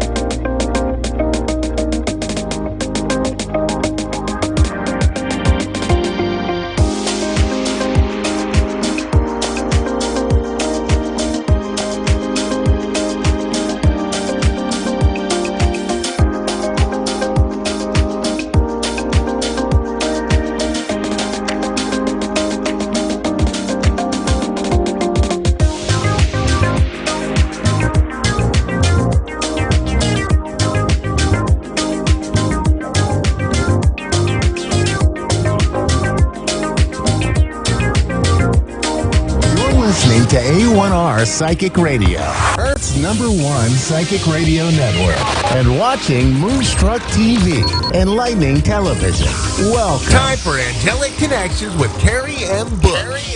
Live from Facebook.com/Carrie M. Bush. Connect direct. In North America, dial 888-454-2751. In London, 20-3519-2158. In Sydney, dial 02-8488-3147. Or online, contact us through our Facebook page, Facebook.com/Psychic Radio. Or one of our websites, AskOneRadio.com or Moonstruck.tv. This is Angelic Connection on A1R, the Ask One Radio Network. Hey everyone, so welcome to Angelic Connections. I am your host for today, Carrie Bush, coming from the UK. So I hope everybody's doing well. I hope everybody is having a really good start to their week. So just before I came on air, I pulled our cards, our weekly card guidance, and also 3 cards for a special message for you at the end of the show. The cards that I'm using today are the Angel Power Wisdom cards, and I have the 3 cards for your message at the end of the show. So right now, I just want you to take a moment and think of the number that you are drawn to. Number 1, number 2, or number 3. Go with the number that pops straight into your mind, because that is the right number for you, and that will connect you to the right message for you. So that's at the end of the show. I will reveal the messages. But our weekly card, our guidance for the week, is the Angel of Action card, everybody. And this is really special because right now we are being assisted to move forward on our path in a very big way. We have good energy behind us. We have the retrograde energies. We've got 4 planets in retrograde, everyone. I'm sure you're all feeling it. At times you can become overwhelmed with the retrogrades. You know, this is high energy. This is a high transformational time. We are evolving to a very high level, connecting back to our light being. So there is moments that you can feel a little bit overwhelmed with this energy. But what we must remember is this is the perfect energy for manifesting. This is the perfect energy for success. So any action steps that you are guided to take right now is going to speed up that process for you. You will be flying. This is your transformation time. This is when you get your wings, you spread your wings and you fly and you start to receive everything. But you do need to work with the universe. We are the co-creators of our life. So when we co-create, that is working together with the universe. So any action steps that you are guided to take right now, go for it, because you're going to be so supported. Even baby steps is going to really, really help you. Sometimes the smallest action step per day will really, really push you on. It will catapult you forward to where you need to be. So as I say, manifesting super, super high right now. You can make things happen under this energy. So try and use the energy wisely. Try and use the energy to your benefit right now, because if you do, you are going to see everything come in. So I just want to talk a little bit about surrendering your desires to the divine. This is absolute must when you're manifesting. If you hold on to your desires too tight and you don't let them go, you will create a block, and it will be very, very hard for your desires to manifest. This is always a really, really tricky subject, because when we want something really badly, it's natural for us to think about it all the time. It's natural for us to question, when's it coming? How's it coming? But actually we break the connection. What happens? We lose focus. We become frustrated. The self-doubt creeps in. The control creeps in. We begin to say, is this going to happen? How is this going to happen? When is this going to happen? And more frustration creeps in. And you end up in a vicious cycle. You end up circling round and around and around. And you end up driving yourself crazy. that you still don't receive your manifestation because you're holding on too tight, because you haven't let go. And what happens is it causes resistance. And we cannot manifest successfully when we're coming from a space of resistance. We need to come from a space of alignment. So we need to come from a space of completely trusting that our desires are going to come to us. We can't keep asking over and over again for the same thing, because what we do when we do this is we are telling the universe that we do not trust. Because when you ask for something, if you keep asking over and over and over, that is putting out the vibration that you are not trusting. So you will be in a space of resistance. Resistance is so hard to manifest from. You're going to really struggle to receive anything. Alignment is where you will successfully manifest from, because when you're in alignment, you are at your highest vibration. When you aren't trusting and flowing with your path, you are at a lower vibration, and you need to be on your highest vibration in order to receive everything that you want. So we need to let go of the self-doubt. We need to let go of the worrying. We need to realize that letting go equals magically manifesting effortlessly everything that you want.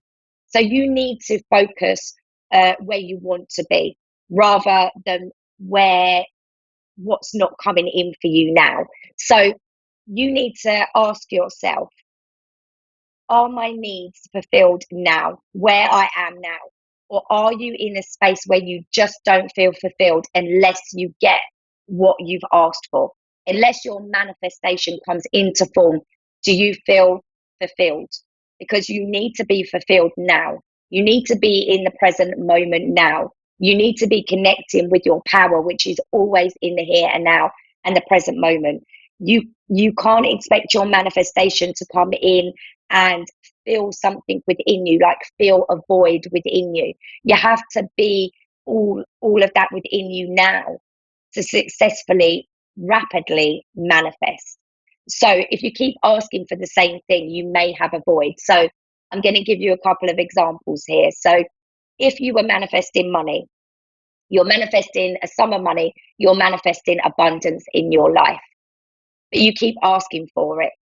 You're not receiving it. You're getting frustrated. The money isn't coming to you. You're not seeing any changes with your finances, and you begin to get frustrated. There is a void in this area. You need to look at it. You need to ask yourself, what is this void? What is stopping me from manifesting? Because if you match the right energy to what you're manifesting, you're going to manifest every single time. And money is just energy. We are energy beings. And if we match the right mindset, you won't fail. You have to receive. That is the law. That is the powerful law of attraction. That all works on energy and frequency. So you could then have a void. So what you need to do is you need to ask yourself, where is my money mindset? Am I trusting that this money is coming to me? Do I feel worthy of this money coming to me? Have I got old, outdated conditioning around my money mindset? Maybe you've been programmed as a child, maybe your carers and your parents, without even realizing, completely unintentionally, were always saying things to you like, don't waste that money, don't buy that because you need to save.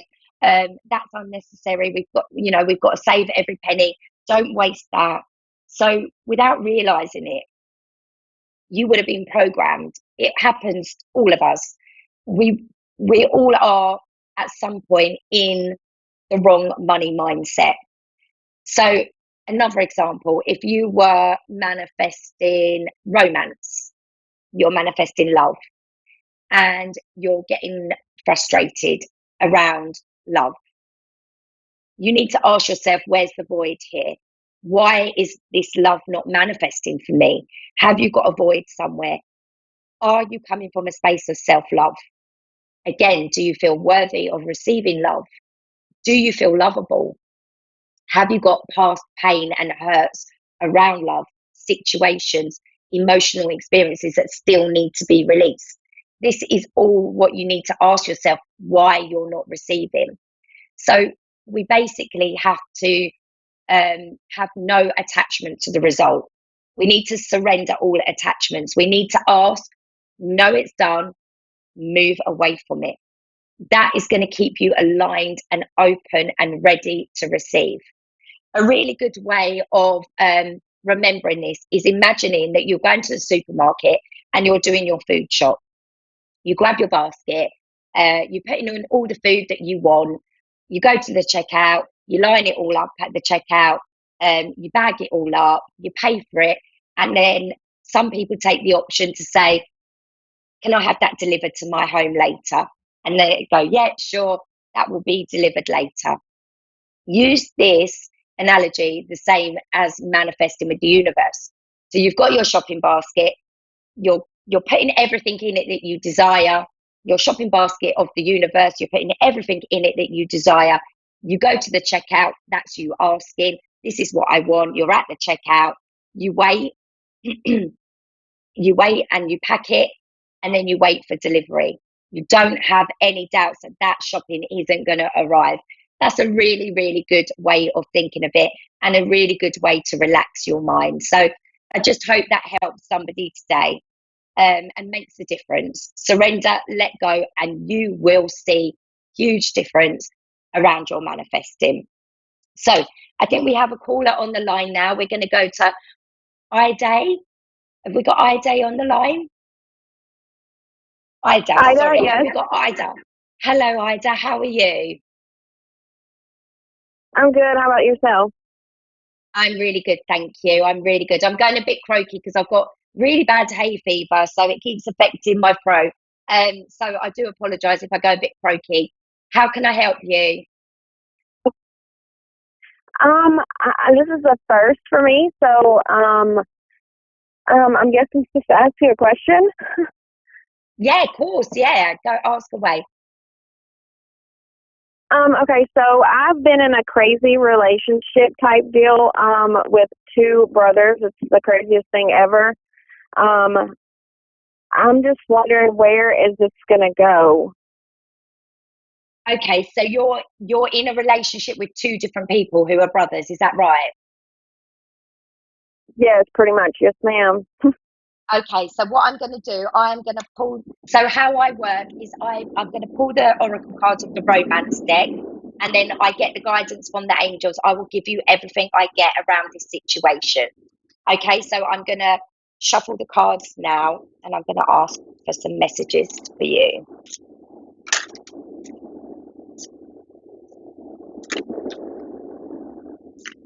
Let's pull a couple more and see where we're at with this.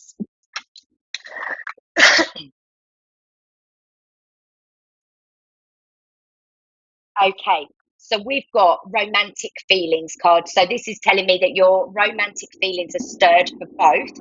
You're in a space at the moment, like you say, where you're in a bit of a tricky situation. You're not sure where you're going. You're not sure what right decision to make. The angels are saying you do have feelings for both. So this is obviously going to cause confusion.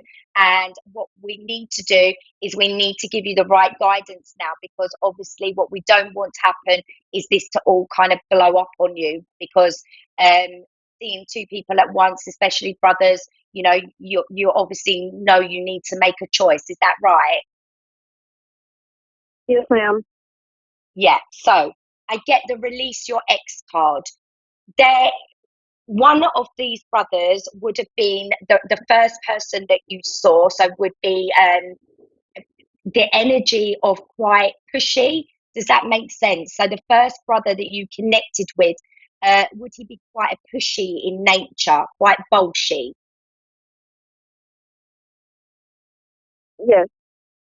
Okay, and the other brother's quite sensitive, a little bit quieter. Would that make sense? Uh-huh. So I'm feeling the guidance that the angels are giving me is that the more sensitive brother would be more suited to you. He can offer you more in the future, but the excitement is with the other brother, the one who's a bit more pushy and outgoing and quite a cheeky chappy. But they're saying you need to make the decision from the heart, and you need to make your decision with the brother who can offer you love, stability, security, and not just the wild ride, if that makes sense. Is that connecting with you? Yes, ma'am. Yeah, so I get the getting to know each other card. So you've obviously been getting to know them both. They've got very, very different personalities. They're brothers, but they are, wow, they're so, so different. They really, really are. So their energy is very, very different. So you've been getting to know them both. You have to make your choice. The guidance I'm receiving for you is go with the more sensitive, the more thoughtful brother, because he is the one who is going to be better for you in the long run. The other one, I get a feeling that he can't always be trusted. Would that make sense to you? Uh-huh. Okay, and the last card I get for you is you deserve love. So this, I feel like the angels are saying you're in a space right now where you don't always love yourself too much. You haven't always felt good about yourself. You haven't always felt deserving. This is from your childhood. Would that resonate to you? Yes. There's situations in your childhood. Listen, you were really hurt. You were let down. You wasn't given the love that you deserved. So what's happening right now is you are craving this love from both because it feels good. And do you know what? Do not beat yourself up about that, because that is absolutely natural. But you've got to fill the void inside your heart. Inside your heart is saying that you're not good enough. You don't deserve it. Did somebody in your childhood put you down a little bit?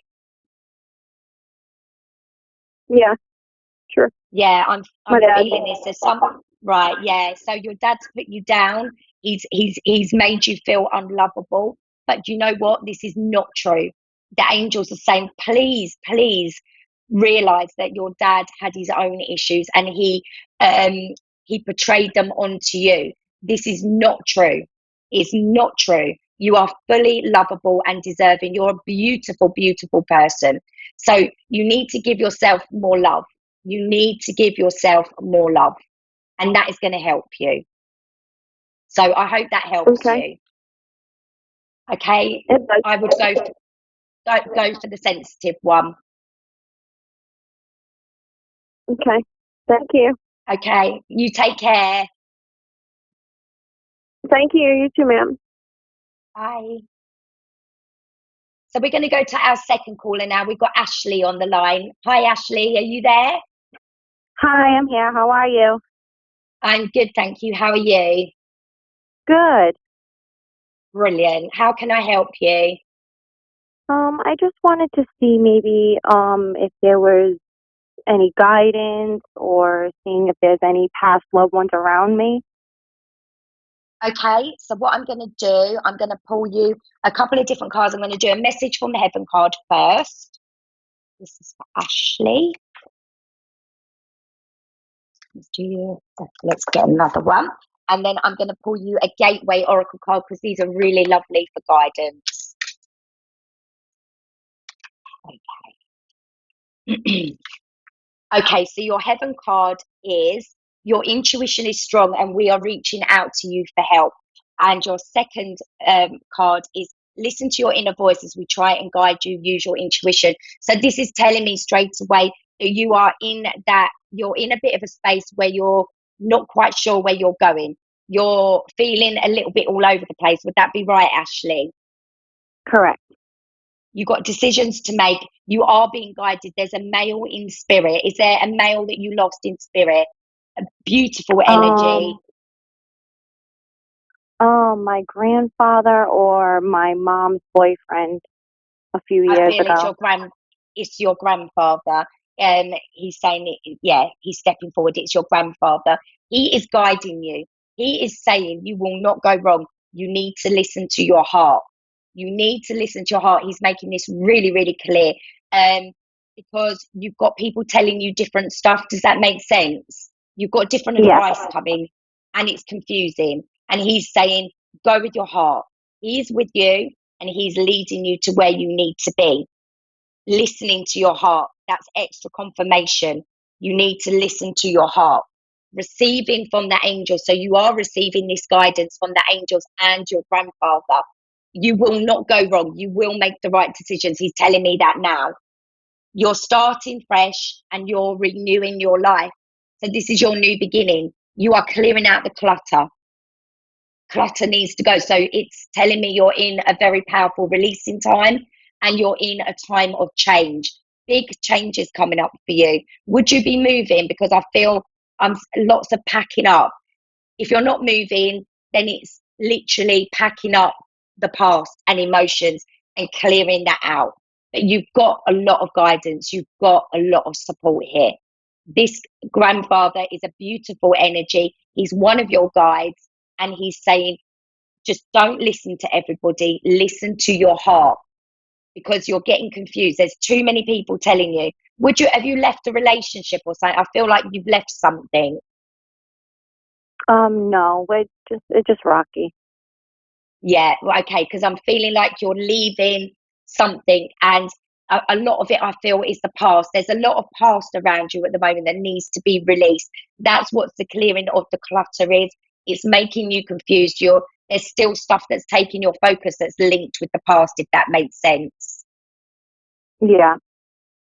Okay, so release that. He's saying you won't go wrong. It is all going to be absolutely fine. It's all going to be fine. It's all going to work out for you. Just try and keep the calm and peace of mind in your head, because sometimes when we get overwhelmed by the changes around us, it just creates real unsettling feeling. And he's saying you don't need to worry. He's got your back. He's got your back, and he's going to push you forward. You're going to make the right choices. You're going to easily release all of this. He's saying, talk to me, ask me, because he's very much around you. Awesome. I hope that helps. Awesome. Yes, it does. Brilliant. Thank you. Have no worries, because, with him as your guide, you're going to fly. Great. Thank you very much. Okay, you take care. You also. Thank you. Bye. Okay, so I am going to go on to our messages now. So at the beginning of the show, I asked you to focus on the number 1, 2, or 3 for your special card message. So for everybody who chose number 1, your message is Heaven's Messages. And this card says, your loved ones in heaven want you to know they are safe, protected, and reunited with their family and friends. So this is so much love from heaven. So loved, so protected, so guided. If you have been worried about a loved one that's passed, please, please don't worry. They are fine. They are with their loved ones. They are happy where they are. So no worries. Take the worries away straight away. There's nothing to fear or worry about. You don't need to be worried about someone. But this is also a really loving message for you to say they're right by your side. They're helping you manifest. Manifestation is very strong around you right now. So you can connect to your loved one, but a little bit of extra power there. For everyone who chose number 2, your card is the distractions card. And this says, control your thoughts and actions to help you stay focused. This is telling me that you may be a little bit distracted on your path. You may have your thoughts and emotions and feelings a little bit all over the place. And this is perfectly fine and natural under 4 planets in retrograde. A lot of us are feeling a bit at the moment, but this is your reminder to not get distracted from your path. You actually have wonderful, wonderful opportunities for change now. So just be mindful where your thoughts, your feelings, your words, and your actions are going right now. Make sure that they complement what it is that you're bringing in, so that you're staying on that right vibration. Try and do one thing every day that keeps you connected to the higher vibrations, such as grounding, balancing, meditating, all of that sort of thing. Pick one thing a day that is going to keep you connected to that higher vibration. For everyone who chose number 3, your card is look up and look forward. And it says, welcome new developments for positive change. Hello, positive change. You are moving forward. You may have felt that you've been stuck. You may have felt that things have not been moving. And this is the card of movement. This is the card of beautiful change, positive experiences and really getting that momentum building. You are not going backwards anymore. So step away from the past. You're not there anymore. You're only looking forward, and you've got so much to come. So many magical blessings headed your way. So keep going and know that this change is very guided. It's going to bring you to a beautiful chapter of your life and lots and lots and lots of excitement. So I hope everybody connected to their messages. I hope everybody resonated to them. And I want to say thank you for joining me on my show again this week. It's so lovely connecting with you all. Thank you for being here. And you can find me on Facebook at Carrie M. Bush. You can find me on Instagram at Carrie Marie Bush. I'm also on Twitter. I have books on Amazon. I have a support group, a spiritual soul family subscription group. You can come and find me there on Facebook. And have the most beautiful week, everybody. I am sending you so much magical energy and so much love and light. Take care of yourself, and hopefully you can join me next Tuesday at the same time.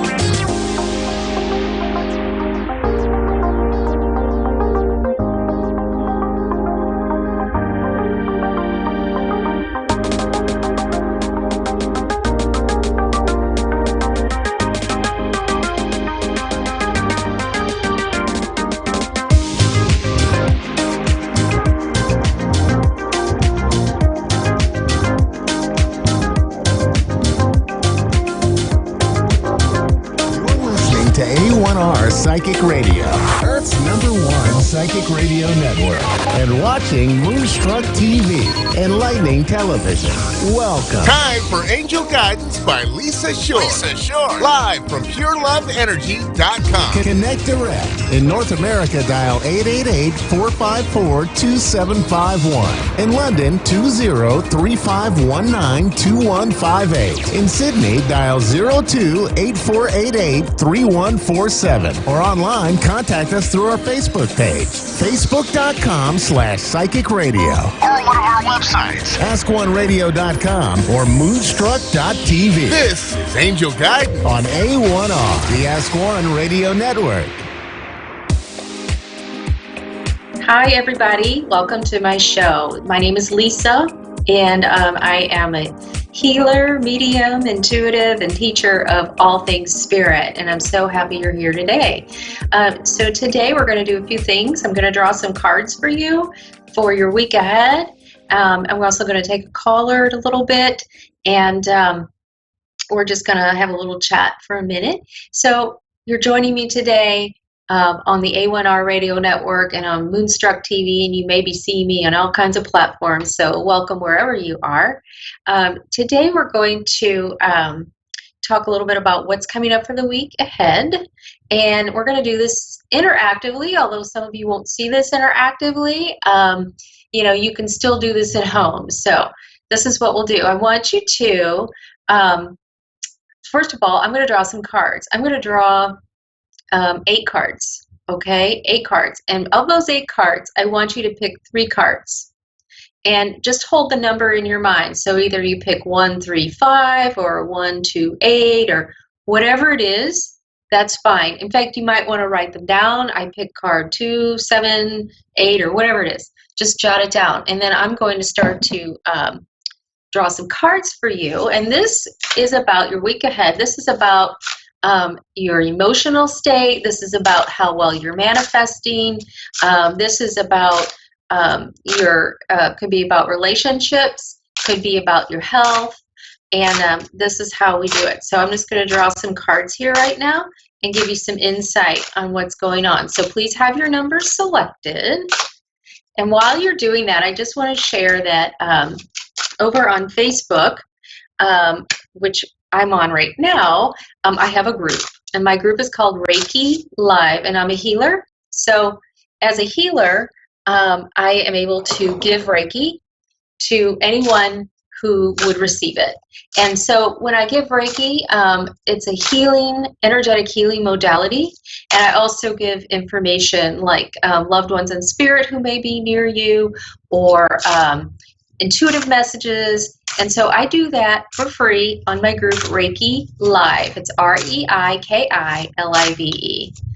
Okay, so you should have your cards drawn by now. I'm starting to pick up some cards here and putting them in order so I do not mix them up, because my guides talk to me in my head, you know, like on my visual screen and in my ear, and show me things in the physical world, and they talk to me through cards too. So the cards themselves are not magical or anything. The cards, though, give messages that are perfectly timed for you, because the universe functions in perfect timing and everything happens for a reason. So the cards you receive today are your messages for the week.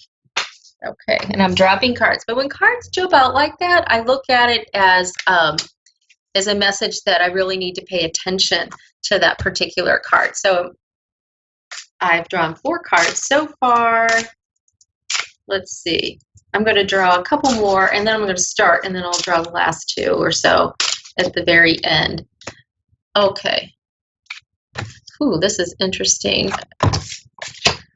Okay, so the first card, if you drew or you chose card number 1, this card's for you. You've chosen 3 numbers, so remember those other 2. So I'll get to those cards in a minute.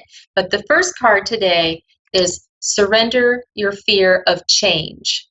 Okay, change can be very scary, can it? Yeah, because we don't know what's ahead. Right now, in the world, we're experiencing a lot of change in our outer world. You know, there's people who are at home because they can't go to work, or there are also people who are not feeling well and they don't know what's going on. So all these things are happening. That's true. But the message for you, for if you drew card 1, is to surrender your fear of change. And the message is this: the universe is reminding you that you are cared for always. So you have to trust that your higher self, that the universe is always going to take care of you. Whether you're afraid of change in your job or your health or relationship, or if your fear has to do with growing older and how do you handle these things, you want to repeat an affirmation, okay, to help kind of fix your thoughts back on track. So the affirmation is, I have faith that all is well. That's a very powerful affirmation. You're claiming that for yourself spiritually. And that is very important because the universe is intelligent, okay? And we interact with this intelligence to create our lives. So surrender your fear of change if you chose card number 1. Card number 2, surrender to the wisdom of your body. And I'm not getting this right. There we go. Surrender to the wisdom of your body. Okay. What does that mean exactly? Well, you want to listen to your body.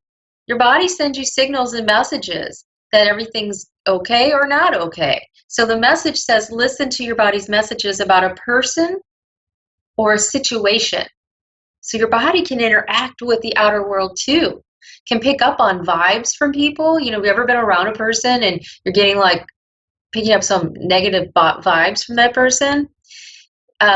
You need to pay attention to that. Like if it makes you feel like your stomach's upset or it gives you headache or depression in your body when you're around this person, figure out what's causing that. Decide, what is my body trying to tell me about this situation or person? If you feel physically drained around a person or uncomfortable, be cautious around that person, okay?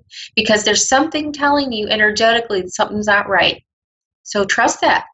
And then if you are energized and happy about being in a situation or a circumstance or around a person, then move forward with it because that is your body giving you signals. Yes, it's good. This feels right. Trust those feelings. Okay. Next card. If you chose card number 3, and remember you chose 3 numbers. All right. So this next card is about your psychic abilities. Okay, this card says you are profoundly clairvoyant. Now, what does that mean, clairvoyance? Well, clairvoyance for me is when I see an image of something in my mind that I did not imagine myself. Okay, so this clairvoyance means clear seeing. All right, and everyone has the ability to have psychic gifts turned on. Not everyone turns their psychic gifts on. And you simply turn them on by starting to acknowledge them. So this card says, trust what you see in your mind's eye as well as your physical sight. For your spiritual vision helps you with healing, teaching, and guidance. Okay, because when you are seeing something in your physical, in your mind, that's your intuition giving you messages. All right. And when you see something in the outer world, like the physical world, that seems to click with something you've been thinking about, take that as a message, as a confirmation that what you've been thinking about is something that's being acknowledged or affirmed. All right. And go with the feeling you get at the time. Intuition and using your psychic senses is about incorporating all of the senses into understanding what's best for you. Okay, the 4th card that I drew is called the Earth Angel card. So this is a beautiful card for you. This card is about your ability to live and give with an open heart, okay? And this is the ability to teach others about love through your actions, through your compassion, through your kindness, through your ability to listen to others as they tell you their concerns or their challenges. Okay, so this is a gift you have.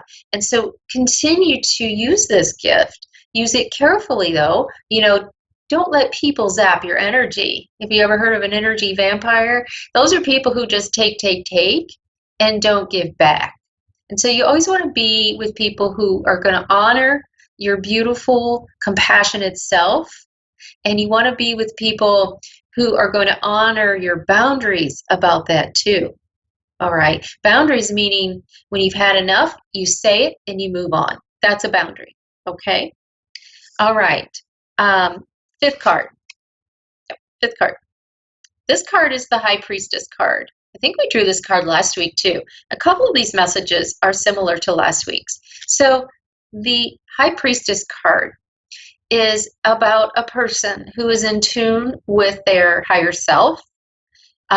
This is a person who trusts their intuition, who trusts the knowledge, the information, the feelings that come through, just like we were talking about.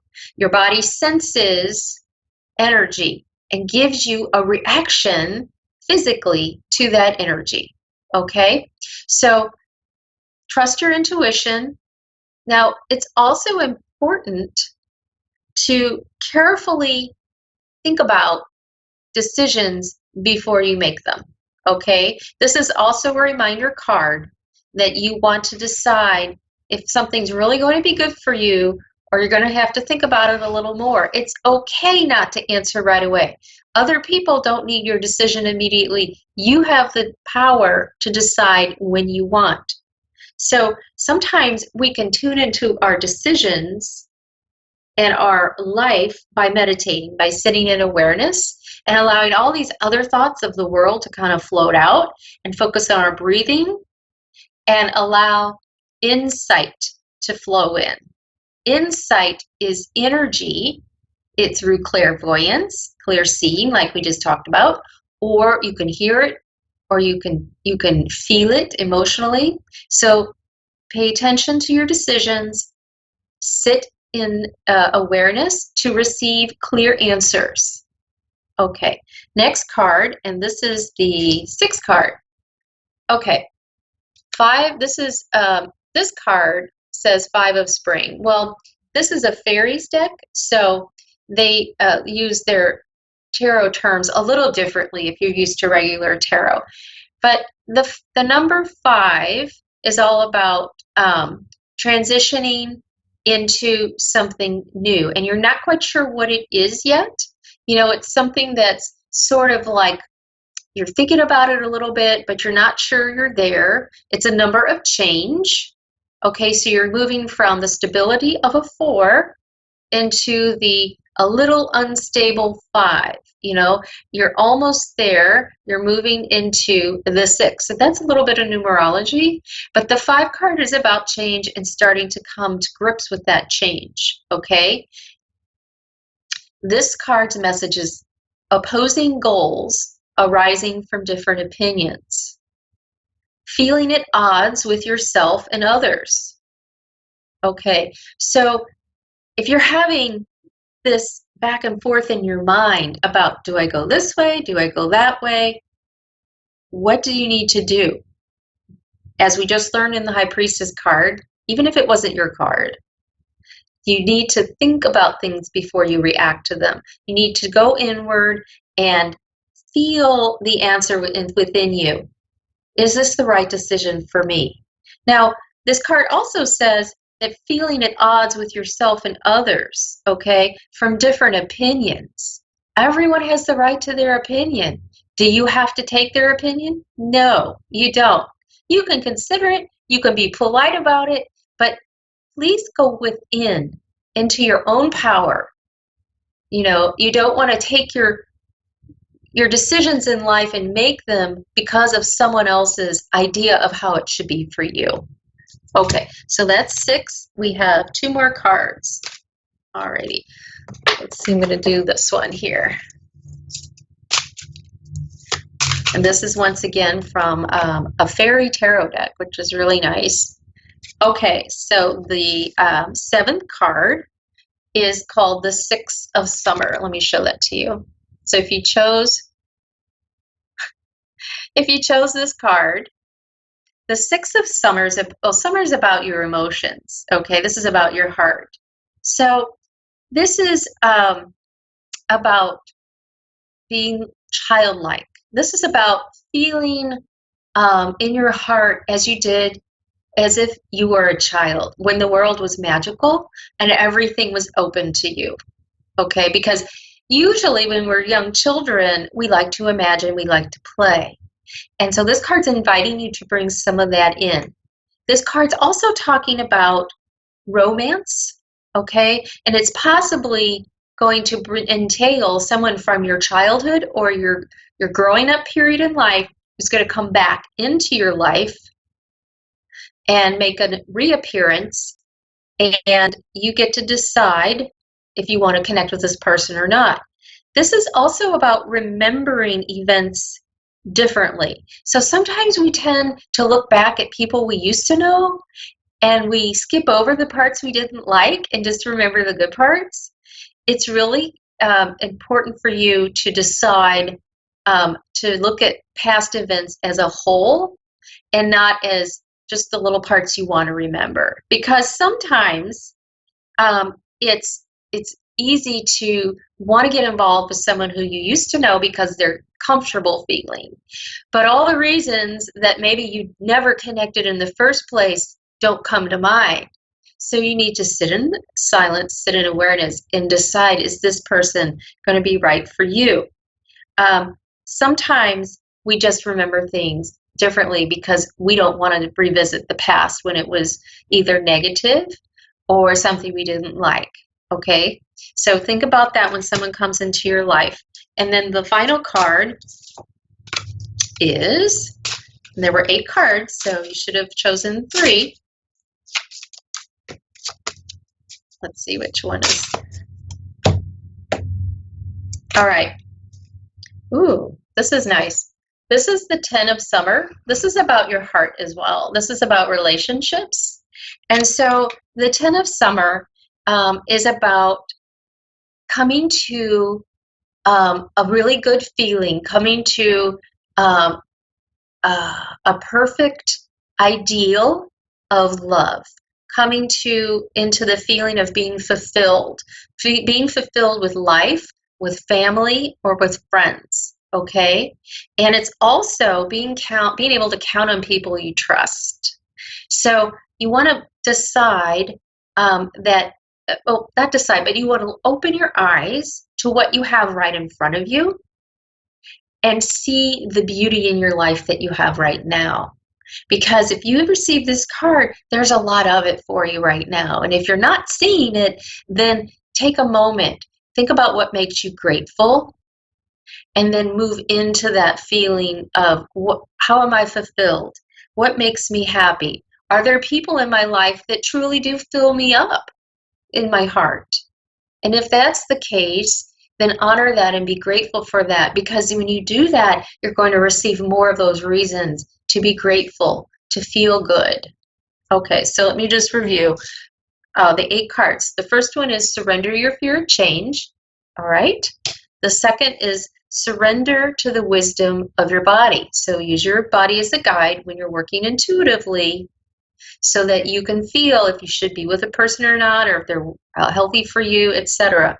The next one is you are clairvoyant, so use your inner vision. The next card, the 4th card, is the Earth Angel card. So it's about you sharing your gift of love. The 5th card is the High Priestess, using your intuition once again. The 6th card is the 5 of Spring, which is not using other people's opinions of yourself to make decisions. Then the next card is the 6th of Summer, which is the 7th card, about childhood and remembering people differently or the same. And then the last card is fulfilling your life in a beautiful way with beautiful people around you. And this is here for you now. So I really appreciate you being here and listening to my week's forecast. And I'm going to take a caller now. And so I'm very, very happy and thrilled to speak with Sierra in Bluffdale, Utah. Hi, Sierra. Yes, hi. How are you? I'm doing wonderful, thanks. Yourself? I'm doing great, thank you. So Sierra, so tell me why you're calling today. What's on your mind? Oh my gosh, well, I am just starting a new chapter in life. I just recently found out that I am expecting another baby, And so this is child number 4, and so I'm just kind of excited and curious to see what I might have going for me. Do you, so you're okay. So what you have going for you in terms of the baby? First of all, congratulations on your pregnancy. Yeah. So you want to know about the baby, or the just how this is going to change or impact your life, or tell me a little more about what you want to learn. Yeah, just a little more about what I guess the future might have in store for me, what I should be focusing on, or, just what I need to know or do to improve my life and focus on this next chapter of my life. I see. Okay. I see. So with this baby, would this be a baby that came significantly after the others? Would there be a gap in between the first 3 and this child? There's a little bit of a gap. There's a 2.5-year gap. But my other kids were further apart. They were 5 years apart. So. Okay. So first of all, I'm feeling, I'm just tuning into this little spirit, and this little spirit feels very bubbly, very giggly, full of laughter, and this little spirit feels like she's going to teach you a lot of joy. What I'm understanding, okay, so what I feel with you is I feel like you're very much by the book. You have you're organized, you keep things going, you're a practical person. And I feel like sometimes you get a little drawn into that. Like it's sometimes a challenge to just let loose and let go and be yourself, because you feel like you have to hold it together for everyone. Would you understand that? Yes. Okay. Yes, that's somewhat accurate, yeah. Okay. So this little baby is coming in as going to be, and this is you're going to realize this later, but she's I feel like it may be a female, but I'm not tuning into that exactly, but I keep feeling very feminine energy, so this could go either way. But she feels to me, this feminine energy feels very bubbly, like I said, and light and happy, and it's going to pull you out of that. It's going to have you live in the moment, okay? Like 100% with her, or this little baby being, because she is like, she's going to be the sparkle in your life that you forgot you had. And this is just what's coming through. I don't know how she's going to be that for you, but I do feel that like she's going to lift you up in a way that's just going to be delightful. And she's going to really bring this fresh air into your life. Okay? Let me draw a couple cards too, and just see what the guidance is here for you. Okay, let's see. Okay, so are you, I feel like you're working on manifesting things in your life. Are you working on using the law of attraction? Because it feels like you think about these things, and I want to let you know that you're very powerful in your ability to manifest, okay? Like you can create things pretty quickly. Would you understand that? Yes. Okay, because this is something that's going to do a couple things for you. You're not only creating things very quickly, but you're going to notice that some people are going to fall away from you that aren't really connecting with you vibrationally anymore. And I feel like there's some decisions things are going through your mind about how I see this. I feel like it's another person, and I feel like you're looking at them differently because you have changed also. Would you understand that?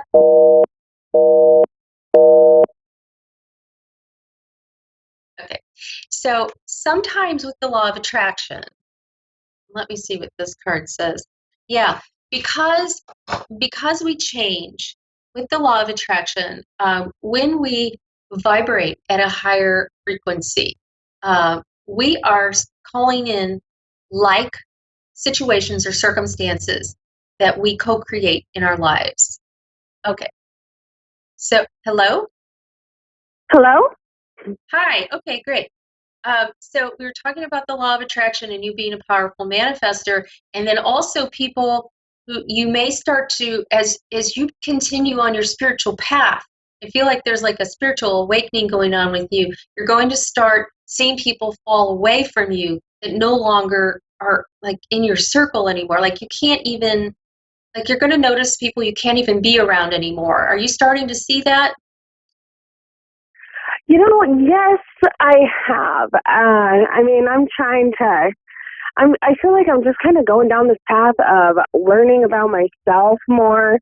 I feel like for many years I kind of neglected myself, which tends to happen. I think when you're a mother, you kind of forget to put yourself first at times. And so I have definitely kind of gone down this path where I'm more focused on me and bettering my life than myself. And so I've definitely seen a lot of people starting to kind of break away, and I'm not hurt by it. I'm okay with it. Right. Let me pull another card, because you don't, where you were then is where they were, and now where you are, they're not. So it's okay, and not to feel bad. The card I pulled for you also is Surrender to Spirit, which actually goes very well with this idea of releasing people. So the message on the card actually is, once you've done everything you can to achieve a goal, turn the situation over to the divine. Let Spirit work its magic for you. So when you have these situations where you're not sure about something, but you're making a decision, move forward with it and give it over to the universe and allow this to unfold for you perfectly. Okay, so that just works really well with decision making. Let me do one more card because I think we're going to run out of time here. Also, you are bringing in your own personal power, and your personal power is how you stand up for yourself and where you draw your boundaries. And this is connected with your solar plexus chakra. And so you want to, if you want to bring in more personal power into your life, you can bring in actually the color yellow. You can start to bring in any kind of foods that are yellow, crystals that are yellow. That's going to strengthen your personal power and your self-improvement. This whole idea that you're on about improving yourself, raising yourself up is beautiful. And this is part of your spiritual path. So continue to focus on your personal power, as this is exactly where you need to be. All right.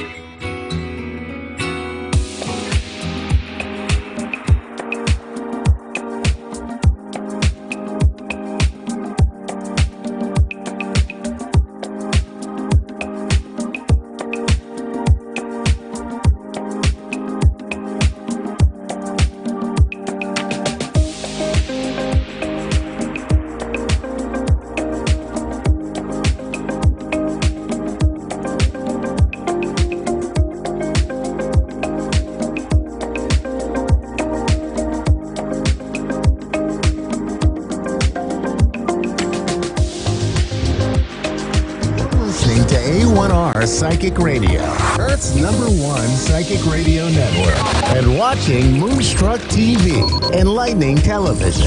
Welcome. Time for the Ask Rebecca radio show with Rebecca Russo. Live from AskRebecca.guru. Connect direct. In North America, dial 888-454-2751. In London, 20-3519-2158. In Sydney, dial 02-8488-3147. Or online, contact us through our Facebook page, facebook.com/psychic radio. Or one of our websites, askoneradio.com or moonstruck.tv. This is the Ask Rebecca radio show on A1R, the Ask One Radio Network. Hi, everyone. Welcome to the Ask Rebecca radio show. Thanks for joining me. How is everyone doing? Hopefully, you're doing well and you're continuing to make the best of the situation that we all find ourselves in right now. I know there's a lot of fear and an overload of different narratives and agendas being pushed onto the public. Best advice, stay grounded in reality. Do your due diligence and research information for yourself by looking at multiple sources, especially ones that are outside of your normal routine and beliefs, right? We need to look at everything, not just what you're always reading and always following. It's opening yourself up and getting multiple perspectives so that you can intuit and see what actually resonates and vibrates as truth for you. And you just have to be willing to take your blinders off and seek truth for yourself. Do not believe something just because you think an organization that is touted by the mainstream media and or the government claims to have your best interests at heart. The rabbit hole of lies, it runs deep, and society is only ever told what the powers to be want you to know. Believe it or not, they know exactly how this reality works and how powerful the collective consciousness is in manifesting desired outcomes. They use you to stay wealthy and in control. So do some research on social engineering. Follow that rabbit hole, see what you come across. And remember this, the devil comes disguised in many forms and is an agent of fear. So if all you're doing is connecting with fear-based information, look outside of that, okay? Explore other options. All right, so before we get into everything for the intuitive messages, as usual, let's do a moment of Zen to help integrate some of the June eclipse energies that are already affecting us. Close your eyes, open your palms, and allow yourself to be open to receive. I'm going to be connecting with your higher self and calling on your teams of guides to help energetically clear any blocks, emotional residue, and or negative attachments in your physical body and light bodies. This will help raise your vibration, expand your consciousness, and increase your awareness in order to help prepare your soul for ascension. Breathe in through your nose and out through your mouth, relaxing as much as possible with every exhalation. And I'll let you know when to open your eyes.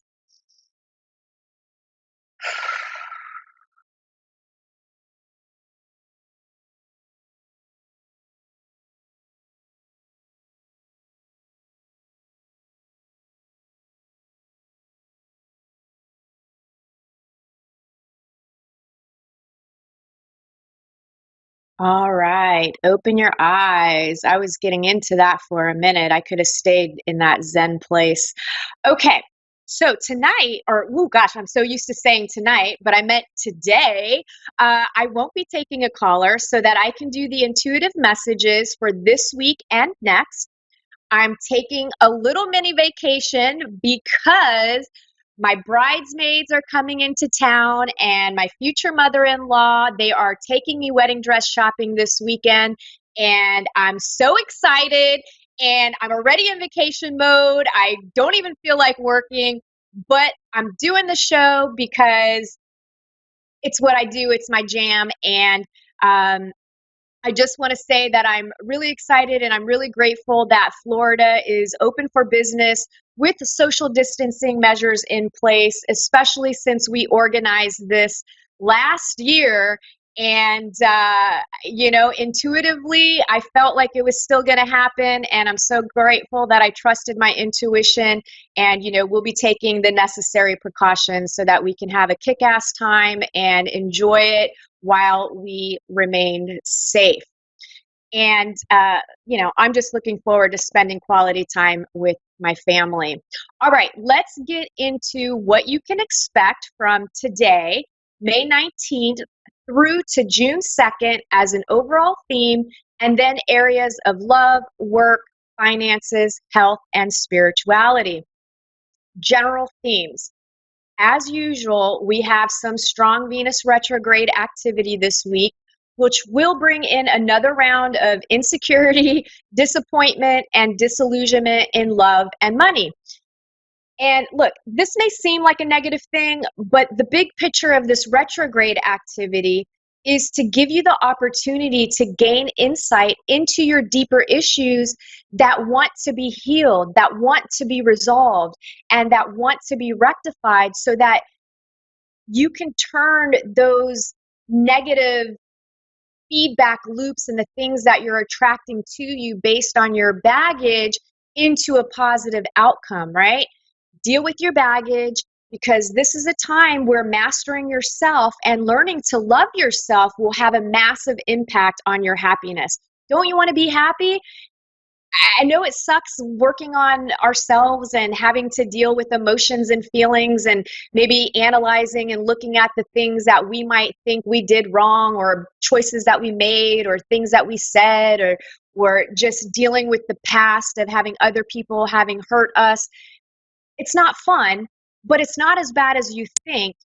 And having been through it myself over the last, 10 plus years, I am happier than I have ever been in my entire life. And I keep just attracting more positive, amazing experiences and people and relationships into my life.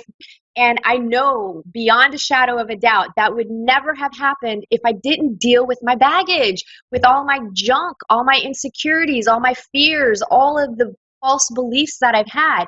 So take my word, or well, you don't have to take my word, but try it for yourself and see how you feel, and you'll get what I'm talking about. Okay. We will also have new moon energies in Gemini, which will bring excitement around travel, love, and money. And that's going to counterbalance that Venus retrograde energy. So lots of blessings and things that will be going much better than you would expect, especially in the near future, right? So practice a little patience, because it's a little bit of a slow go with everything that's going on in the world, but things are moving towards improvement. The only minor bump that I'm feeling in this positive energy is possible delays in travel if you are traveling, and or miscommunication. But since the new moon energies are more potent and they lean more towards the positive things and aspects in our lives, any minor hiccups that you might experience, they won't even phase you. It's not even going to be a big deal. Like, you're not going to get triggered by it. You might just be annoyed by it, but you're going to be able to move on. No problem. This doesn't feel like anything major or significant that's going to shatter your world or rock your world in that way. So to me, it feels like a lot of positive things. There could be periods of feeling awkward or others being awkward around you. Someone could rain on your parade or place judgment on something that you're excited about. Don't take it personally. This is something that I'm experiencing myself, just because I'm not in a fear-based type energy, and I am going out there and I'm going to go dress shopping and I'm going to hang out with my friends that are coming from California, my sister that's coming from Colorado. And that really triggers a lot of people because they feel, well, I shouldn't be doing that and we shouldn't be doing that. But it's not their place. And as long as we're taking precautions and we are not hurting anyone else, we get to live our life just as much as the people that want to stay home and be safe. I have no judgment against that, right? So don't take anything personally during this time. There's a lot of energies that are at play. So if somebody's kind of poo-pooing on the things that you're excited about, don't let it get you down. You stay in your high vibration and stay happy, and it'll be fine. There's also a caution with driving and moving your physical body. So pay attention to your surroundings. That's always important. Be present in the moment. Get out of your head. Get into reality. Pay attention to where you're walking. Don't text and drive. Just really pay attention to your surroundings so that you're not ending up with some minor injuries or in a car accident. You could also overdo things physically, mentally, and emotionally because, again, that energy is kind of prime. So, you might be going hard. You might decide, I'm going to go to the gym, and you end up at the gym for like 5 hours working out because you're feeling amazing, but you could physically overdo things, right? Same thing with mentally and emotionally. You're going to feel things. You're going to feel happy. Maybe you're going to feel sad. Don't dwell on any of the emotions. Just try to always bring yourself to a balanced state. Lots of healing energies around. Parts of yourself that are hurting, whether emotionally, mentally, spiritually, or physically, are being brought into your awareness through various situations and circumstances so that you can heal your traumas and begin to awaken and remember just how amazingly powerful and vast and magnificent you truly are.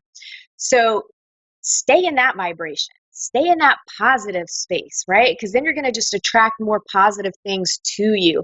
What you put your attention and focus on grows. If you're putting your attention on fear and freaking out and feeling like crap, well, you're just going to keep feeling that way. So you really have to find that balance and pull yourself out of that. Nobody's going to do it for you. You have to do that yourself.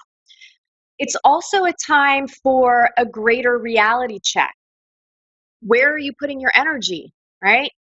Go through your being, your immediate environment, and your life to see what isn't in alignment with your trueness, with yourself, with who you are, the real you, not the person that you think you have to be for other people or who you think they want you to be. You need to be you, and you need to honor that. And really kind of see if your energy, if it's feeding duality, separation, and fear, or is it feeding love, compassion, understanding, and oneness? And whether you choose to do the work on yourself or not, reality check is coming. Okay, the universe, God, divine, whatever your terminology, the way that I've always experienced it is intuitively we get nudges. We always know. We either just avoid, deny, deflect, suppress, you know, we basically just try to avoid dealing with those things. And the universe will basically be like, hey, Rebecca, this is what you should be doing, or maybe you should go down this way. And I'm like, no, I'm not listening. I'm doing my own thing. And then eventually you get pushed off the ledge and something major happens that forces you to change. Why go through that? Just make the necessary changes that you are feeling inside of yourself. Okay, so I wanted to pull a couple of cards for you guys. I felt guided to pull an Angels and Ancestors card.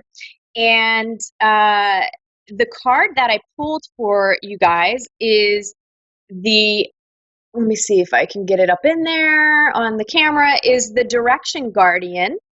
And the Direction Guardian says, choose your path.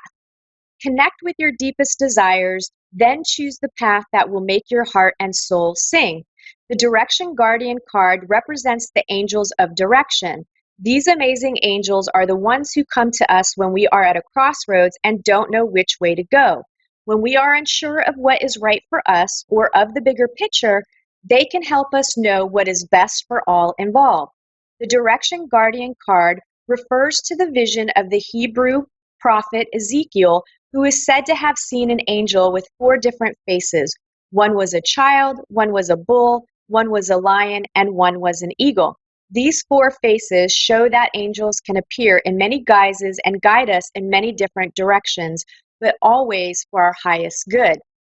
Your path isn't set in stone, and your angels and guides have no expectations for you, nor should you have any for yourself. There are many directions you can take.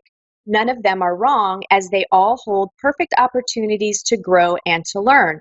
But life is to be enjoyed and savored. So, if you know that there's a decision to be made, and particularly if you are feeling indecisive, choose the path you know is going to make you light up, and choose with your heart. Always choose with your heart. And I like this card because Ezekiel really resonates with me. When I went through my spiritual awakening process, Ezekiel was a huge thing in my life. And maybe one day I can share the story with you guys, but I really didn't know much about the Bible. I've always had a connection with God, but the Bible never really resonated with me. And all of a sudden, I'm having Ezekiel contacting me, and I had no idea. I'm thinking it's a demon, and I'm freaking out about it. But long story short, it was a positive thing, right?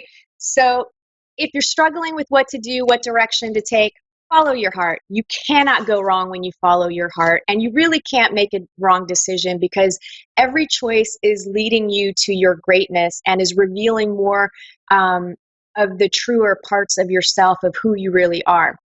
So don't put so much pressure on yourself. Okay, the other card that I wanted to pull for you guys really quickly was the animal spirit card to see what kind of animal spirit energy is going to be at play over the next 2 weeks for you guys and all of us. And that was the swan. And let me read that to you. So the swan is described as effortless creativity, sensitive mystic, and elegant power. The swan represents heightened creativity. In Hindu mythology, the goddess Saraswati, the embodiment of language, creativity, and artistry, rides on the back of this graceful creature. The swan is ready to take us there, to the fluid realm of writing, creating, and reflecting. This potent and healing energy is not to be taken for granted or taken lightly. When the swan card appears, your soul is calling for attention, for solo time. An inner voice is waiting to be heard, an inner vision likely to be revealed. When you're in balance with this swan energy, you're going to feel infinite. You're going to feel creative power. You're going to be feeling expanded and just creativity flowing through you. You're going to be ready to just create in many ways. Now, when you're out of balance with this energy, you're going to feel agitated.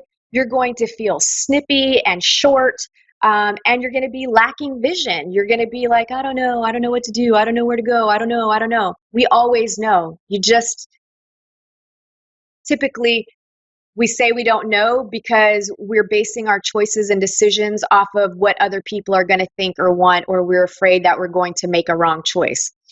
Now, if you're connecting with that out of balance energy, what you want to do to bring yourself back into balance is you want to spend some solo time, some me time. You want to tap into that creative energy and you want to write. So maybe journaling, writing your emotions, writing down what you're feeling and let it move through you. It's just trying to get out of your system. That's all. Okay. Work for those of you employed. I'm feeling a lot of forward movement here and progress for both employed and unemployed. Some of you will be returning to work that have been on furlough or a temporary layoff. Some of you will see your unemployment finally kicking in and you'll be getting caught up on, they'll be getting caught up on the back pay. So if you applied back in March and you still haven't gotten a check, well, you're going to get a double, you're going to get all the money that's owed to you, right? So it's coming, it's coming, it's coming, it's coming.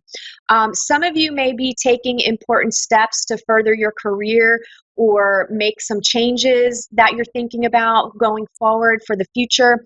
And some of you could be preparing to start your own business in some way. A big message that was coming through says, don't be shy. Let your talents, your light shine, right? Be obvious to people. Let your talents be obvious. Don't stay small. Don't hide behind insecurities. Embrace your insecurities and put yourself out there, and your talents are going to be noticed and they're going to be appreciated and they're going to be valued. Now, some of you could see some leaps happening through collaboration and cooperation with others. The downside for some of this energy here, because, you know, we've got the mixture of healing and so there'll be purging of stuff happening. So the downside for some of you could be triggers surrounding insecurities and fears of not being good enough, not being smart enough, or fears surrounding failure and success. Believe it or not, a lot of people are afraid to be successful because what does that mean? Right? So kind of balance or bounce it off of yourself and see, are you afraid to fail or are you afraid to succeed, or is it a combination of both? More than likely, it's a combination of the two. Lastly, there's also an energy of jealousy, pettiness, judgment, and criticism that could come up. And this is all tied, like if you catch yourself judging other people, that's because you have judgments against yourself, right? The same things that you're judging and criticizing other people about are the same judgments and criticisms that you have for yourself, but you're just too afraid to acknowledge them, and you just projecting it outward. So really everything in your life is a mirror reflection of yourself, the good, the bad, the ugly, and you can really learn a lot about yourself through the people that you interact with, and especially the people that trigger you the most. Where you feel resistance is where you need to go, because that's where the greatest growth can happen for you. So for unemployed, same thing, lots of positive energy. I feel like jobs are going to be coming back. They're happening. You're doing things. You're making ends meet. Some of you are riding the unemployment wave until that runs out, and then you're going to get back to work. So in the end, everything is going to, I feel, be better than what it was. And I know it may not feel like that right now, because it definitely feels like things are in a crazy upheaval, but I promise you, this is all going to work out for our highest good. And many people are doing a lot better than what they were, or making more money than what they were. And I think there's going to be some big changes that are happening worldwide. Love, for those of you in committed relationships and dating seriously, recent difficulties in existing relationships may come to an end either through compromise and communication, or because you decide to go your separate ways. Now, this doesn't feel like it's ugly and nasty. It just feels like adults saying, hey, you know what? We're no longer compatible. This isn't working. We've tried to make it work. It's not. Maybe we just need to go our separate ways and appreciate the relationship up until this point and the things that we learned and grew from this experience, right? So it doesn't feel like it's ugly. For some of you, it will. It just all depends on if you are attracted to drama and run high on the spectrum of, not being able to control your emotions. Then it could not, it could be a little ugly. I'm also feeling prime, a baby making time for those of you looking to add to your family. So if you're feeling extra lovey-dovey and romantic and you're trying to make babies, well, let's do it. It's time to go ahead and have some fun trying. I also feel like some of you may begin to maybe do fertility treatments, or maybe you're talking about that with your partner and you decide, okay, well, maybe we should try some fertility treatments, or you're doing some different things in order to work on getting pregnant, or you're planning ahead. I also see some additions to the family in the form of pets. And I also feel additions happening where maybe all of a sudden, you're going to need to take care of a family member, or, maybe you foster some children or something like that. So it's a lot of compassionate love and positive energy surrounding this. Those of you that are looking for love, energies point to an excellent time to meet someone, especially through friends and work. The only caution is not to allow your insecurities to self-sabotage, right? Fear kicks in, we start freaking out, we think we're ready, and then we have commitment issues, or we think we're not good enough, so then we're throwing up flat red flags. Just try not to let your insecurities take over. Embrace them. And because this time is all about dating and getting to know people by giving them a chance. And, it's not even so much about, yes, it's about getting to know the other person, but gosh, you learn so much about yourself through other people. And really, these relationships, romantic relationships, are teaching you to fall in love with yourself. Right? That person is your mirror. So you have nothing to lose by going on multiple dates with multiple people, right? That doesn't mean you're sleeping around town, but my motto is date your ass off, figure out what you want, figure out what you need, figure out what you don't want, what you don't need, and bottom line, just have some fun. It doesn't need to be this horrible experience dating. Dating is actually fun if you let it be. You just have to shift your perception, because again, where you're putting your energy is what you're creating. So if you think you're never going to meet a good person, well, then you're not. If you think all the good ones are taken, well, then they are, right? If you think that you're only going to attract cheaters. Well, then you are. So it's really about you shifting your perception and what you believe, and put your energy into what you want. And you want a loving, happy, healthy relationship. That's all you need to put your energy into. Okay, so have some fun. Finances. I do feel increases coming in some form or another for everyone. And there's a lot of energy around making money through collaboration and cooperation. Don't let this time be about competition. That competition is shifting. That energy is going bye-bye, right? It's all about community. So increase is also tied to how much effort and energy you put into generating income. So you hold the power, and you have to put in that energy and the work to manifest what it is that you want. In the area of health, for the most part, this area feels pretty good, and it's about learning to become more in tune with your body and its needs. Trust your instincts when it comes to your health. The caution this week is not to overdo things physically or overconsume drugs, alcohol, and food. There's also a caution with driving and physical body movement. Spirituality. You may be putting in extra time and energy into your spiritual growth and getting to know yourself during this time. Inspiration and new information will be coming to you from surprising sources. The caution during this time is that it will be easy to be blinded by a spiritual leader who claims to have your best interest at heart, but they may be really more interested in your money. This goes for gurus, leaders, churches, and any other organization or person who is trying to upsell you on your spirituality through fear tactics. I hear it all the time from clients. I had a session and they said I had to curse and all this stuff. Don't buy into it, okay? This is about you trusting your intuition. That is all the time we have for this week or today. Thanks for tuning in. I hope everyone has a great 2 weeks, and I'll see you in June. Bye.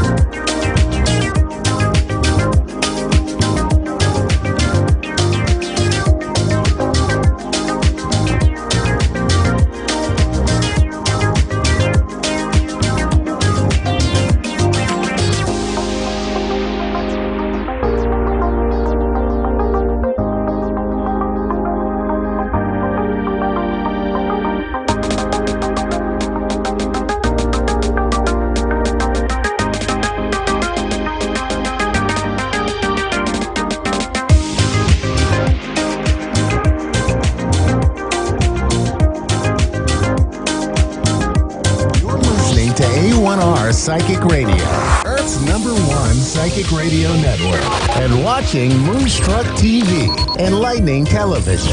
Welcome. Time for Amanda Hall Psychic with Amanda Hall.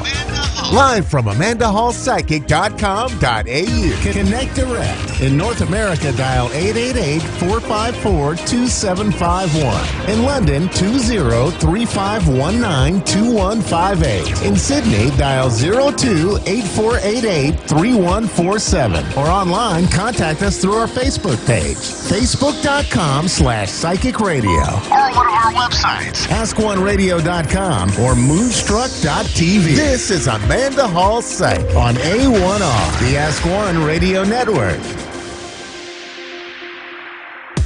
Welcome to the Amanda Hall Psychic Show here on A1R Psychic Radio on the Moonstruck TV network. It's been an amazing week, hasn't it, around the globe? I mean, I know our dear friends in the USA have celebrated Memorial Weekend over the weekend, and that's always a somber time, I think, when we do need to sort of reflect back to those people that willingly gave their lives up so that we could have the freedom as we know it today. And that leads me into the next part that makes me a little bit cross when I see people out ignoring what we all need to do around the world at the moment, and that's listen to the authorities and do the social distancing and allow our community to start to reopen. But anyway, that's my little bit of soapbox for the day. Let's get on with the Secrets of Tarot card of the week. And this week it's the Devil card. Now, the Devil card is one of these ambiguous sort of cards that students, when I used to teach in classroom situations, used to always have a panic when they saw this card. They'd look at it and go, oh, no, I don't want to be the devil. I don't want to get into trouble. I'm a good person and all this sort of thing. The Devil card doesn't actually mean that you're a bad person or that you've got evil in your life. It can be the card warning you of jealousy or trouble. But usually it's the secondary meaning, which is able to break the chains that are binding you and holding you back. Now, we're all our own worst enemy when we say, I can't do this or I can't do that. There's no such word as can't. It's just a matter of you haven't found the solution yet. And 9 times out of 10, I find it's this secondary meaning that we're actually the ones that are putting the chains on ourselves. We're the ones that are putting the brakes on the situation. We're the ones that are saying, really, I haven't got the confidence or I'm not ready to move that way or to take that giant step forward. So how do I apply this to the card of the week for everybody around the world? I mean, yes, I'm sure there's some people that have got a little bit of jealousy in their life, and I'm sure there's some people that feel like they've got some trouble in their life. And with everybody that's been in lockdown and sort of all the changes that have happened around the world in the last few months, I can appreciate that and understand that. But I think what we need to do now is look at in which way are we holding ourselves back.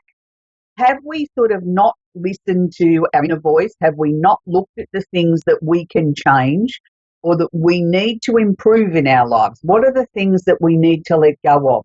And that's what I think this card is asking us. Is there in any way that we are limiting ourselves or holding ourselves back?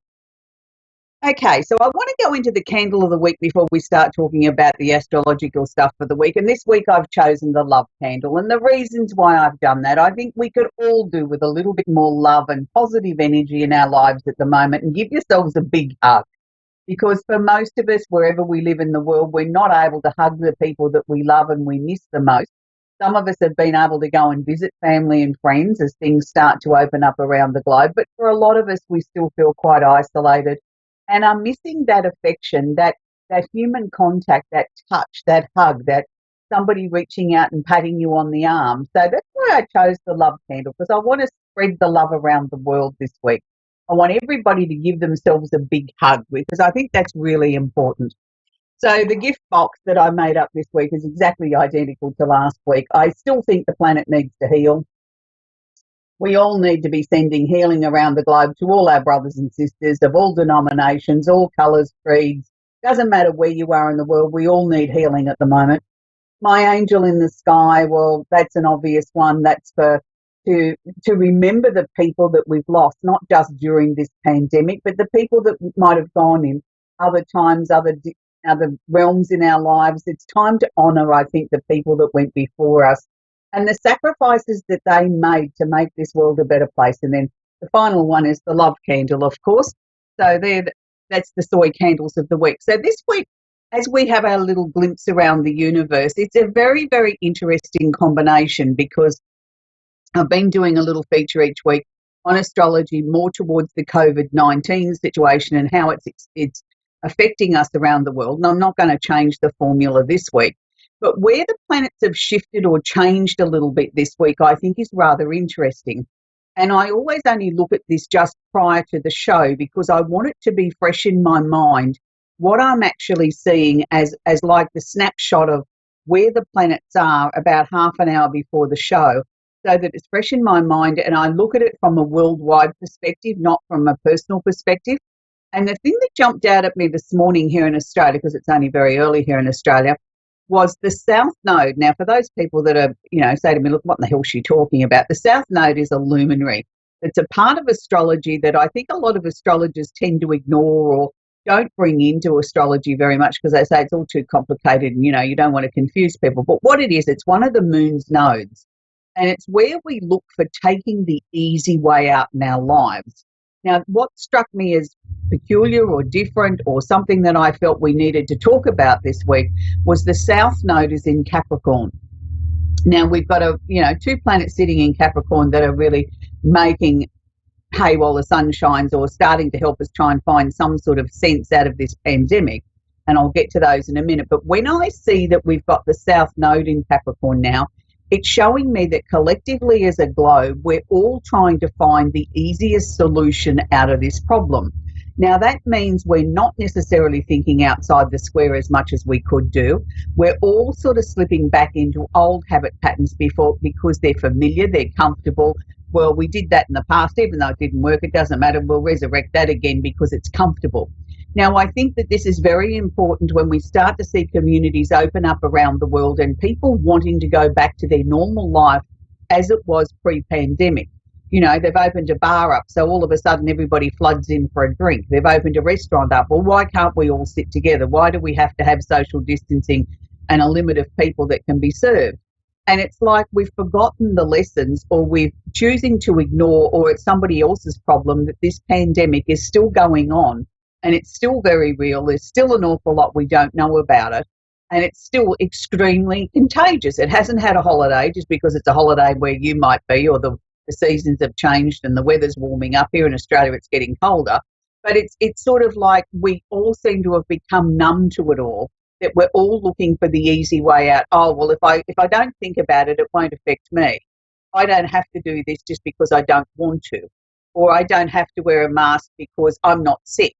Well, it's a matter of personal responsibility that I think we all need to not just look after ourselves and our immediate family, but look after everyone else as well. Let's work upon the score that I might be germ-ridden and I'm going to pass something on to you. And even if it isn't COVID-19, I might pass on the common cold. I might pass on a gastric bug. Who knows? I mean, there's lots of viruses going around, not just COVID-19. So I think we could all be a little bit more conscious of our fellow man and woman around the world. So continuing on with that, the other two planets that are sitting in Capricorn, and I've spoken about these for weeks and weeks and weeks on the show, is Pluto, the planet of transformation. Been sitting in Capricorn since about 2007, will be there till about 2022. So nearing the end of his run in Capricorn. Now, Pluto's job is to educate us, is to make us delve under the covers. It's about resurrection. It's about renewal. It's about throwing things out that no longer work. It's bringing the hidden stuff to the surface. It's asking us to completely transform the way that we look at the world, the way that we do business, the way that governments perform, the way that we collectively as a globe are attacking our planet. We need to sort of tackle issues like global warming. We need to look at what have we learned out of this pandemic? What can we use in a positive way taking it forward? Is it now that a lot of people are going to work from home over the future? Is it, we're going to have schooling done in a different way? Are we going to look at the different ways that we can create new industries and create new jobs? There's lots of things there that can be completely transformed that can also help the planet, but also help us not fall back into that pattern of going back and doing everything the way that we used to do it, even if it was broken, just because it's familiar. We've got Pluto holding hands or conjunct Jupiter, the planet of expansion and opportunity. Now, Jupiter is one of those planets that he's big. He loves to do everything in a big, dramatic sort of way. but it's also the planet that says, let's unite as a globe.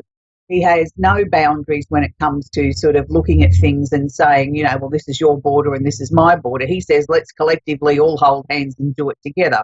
So Jupiter is showing us that there's new ways to look at things, to expand our mind, to sort of, you know, think outside the square, to look at new ways, new solutions to the problems at hand. Then we've got both of those planets conjunct or holding hands with Saturn, who is actually in Aquarius. Now, Saturn's the planet of discipline. Saturn sort of says to you, I've got the big stick, let's get practical, let's get logical here. But Saturn's also in the sign of Aquarius, which is a different sign, which is giving us those light bulb moments. So Saturn's sort of saying, let's think outside the square, let's find something different to focus on. Let's sort of get some ingenuity here. Let's start looking at different ways of solving the problem, listening to someone else's abstract idea and giving it some thought, not just dismissing it. So I think it's rather an exciting time that we live in, even though it's a scary time with the pandemic and everything is still very unknown. And, you know, I don't believe we're anywhere near on top of it. And that's looking at it from an astrological point of view. I'm not a scientist. I'm not a doctor. I'm just going from what I see astrologically. And I don't think we're anywhere near a conclusion or an ending to this. And we all do have to play our part. Now, the other parts of the astrology that jumped out at me this morning was the emphasis of planets sitting in Gemini. Now, Gemini is the planet of air. It's the planet of versatility. It is the sign of the twins, and it's sort of saying to us we can almost have two different opinions or two different ways of looking at things running parallel together, and neither one's right, wrong, or indifferent, but they can both comfortably cohabitate together. Now, we have the sun, that's your sun sign is in Gemini, so we can expect lots of ideas, lots of press releases, lots of people getting up, beating their chest, saying, look at me, I've got the answers to everything. We also have to be also aware of fake news or things that are coming from unreliable sources. Now, I know most of you have got, you know, your common sense hat that you pull out of the closet and wear that. We need to do that a little bit more so than normal, particularly if we're looking at all forms of social media. Not everything that's written there is truthful.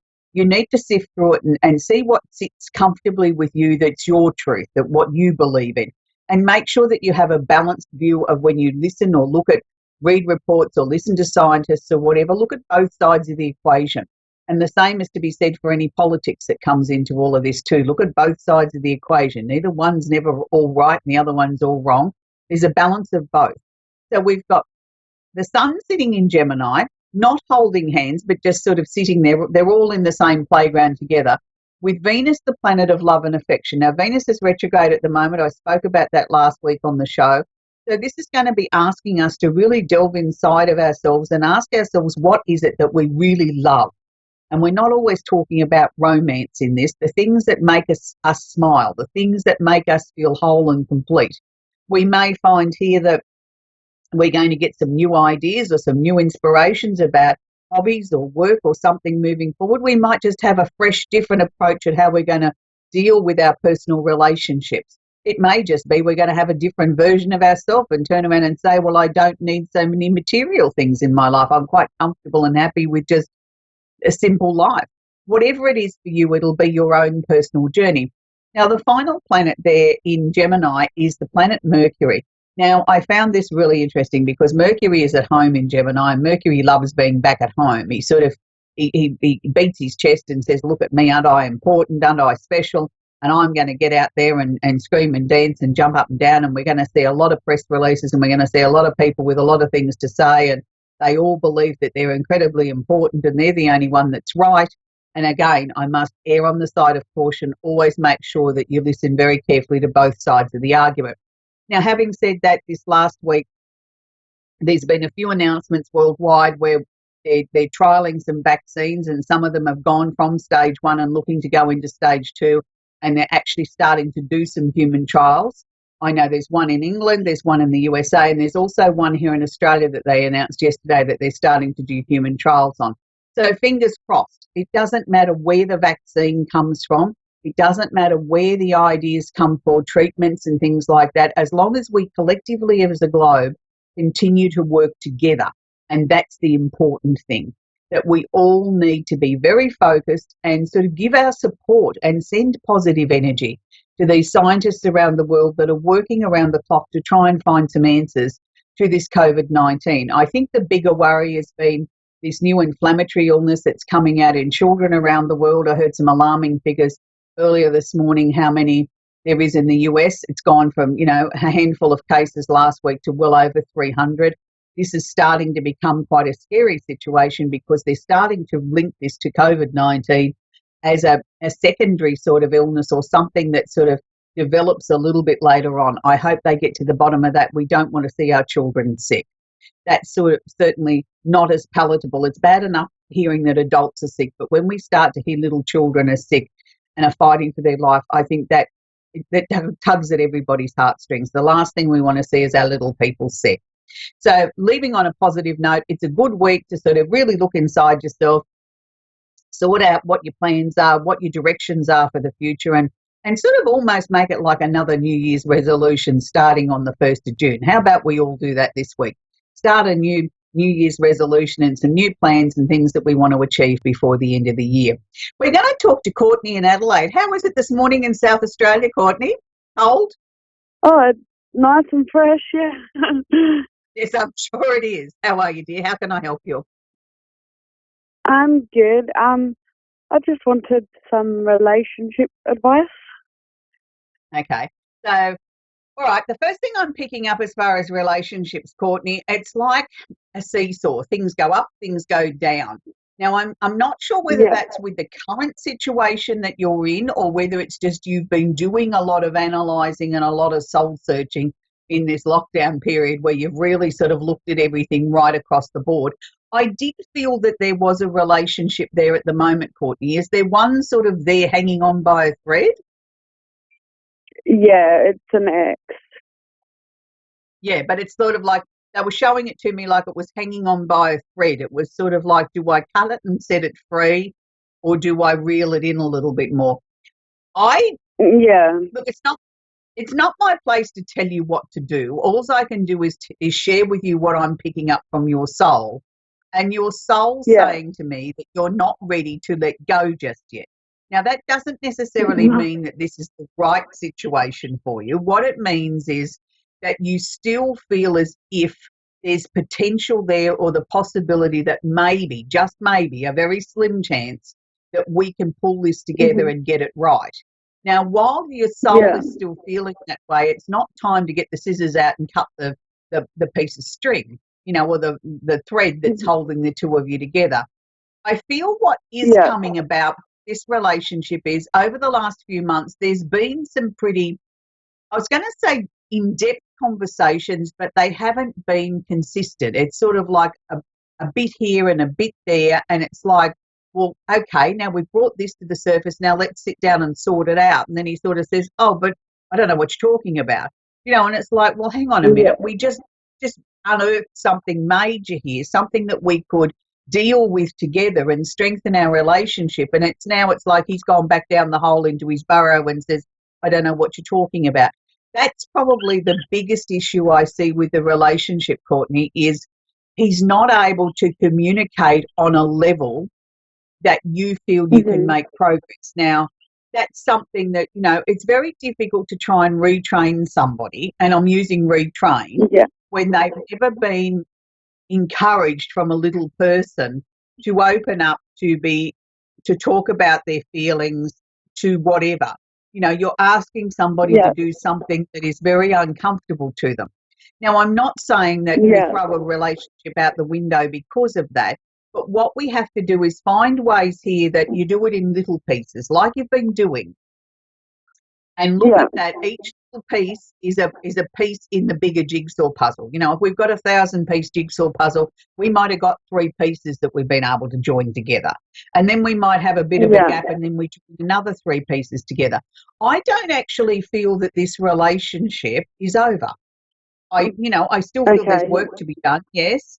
But I feel also, too, you're looking at it and viewing this in different eyes than what you were at the beginning of the year. The beginning of the year, you were nearly ready to sort of tear your hair out and say, that's it, I'm done, can't do this anymore. But in the last month or so, it's like the way you're viewing this whole relationship as a whole has shifted.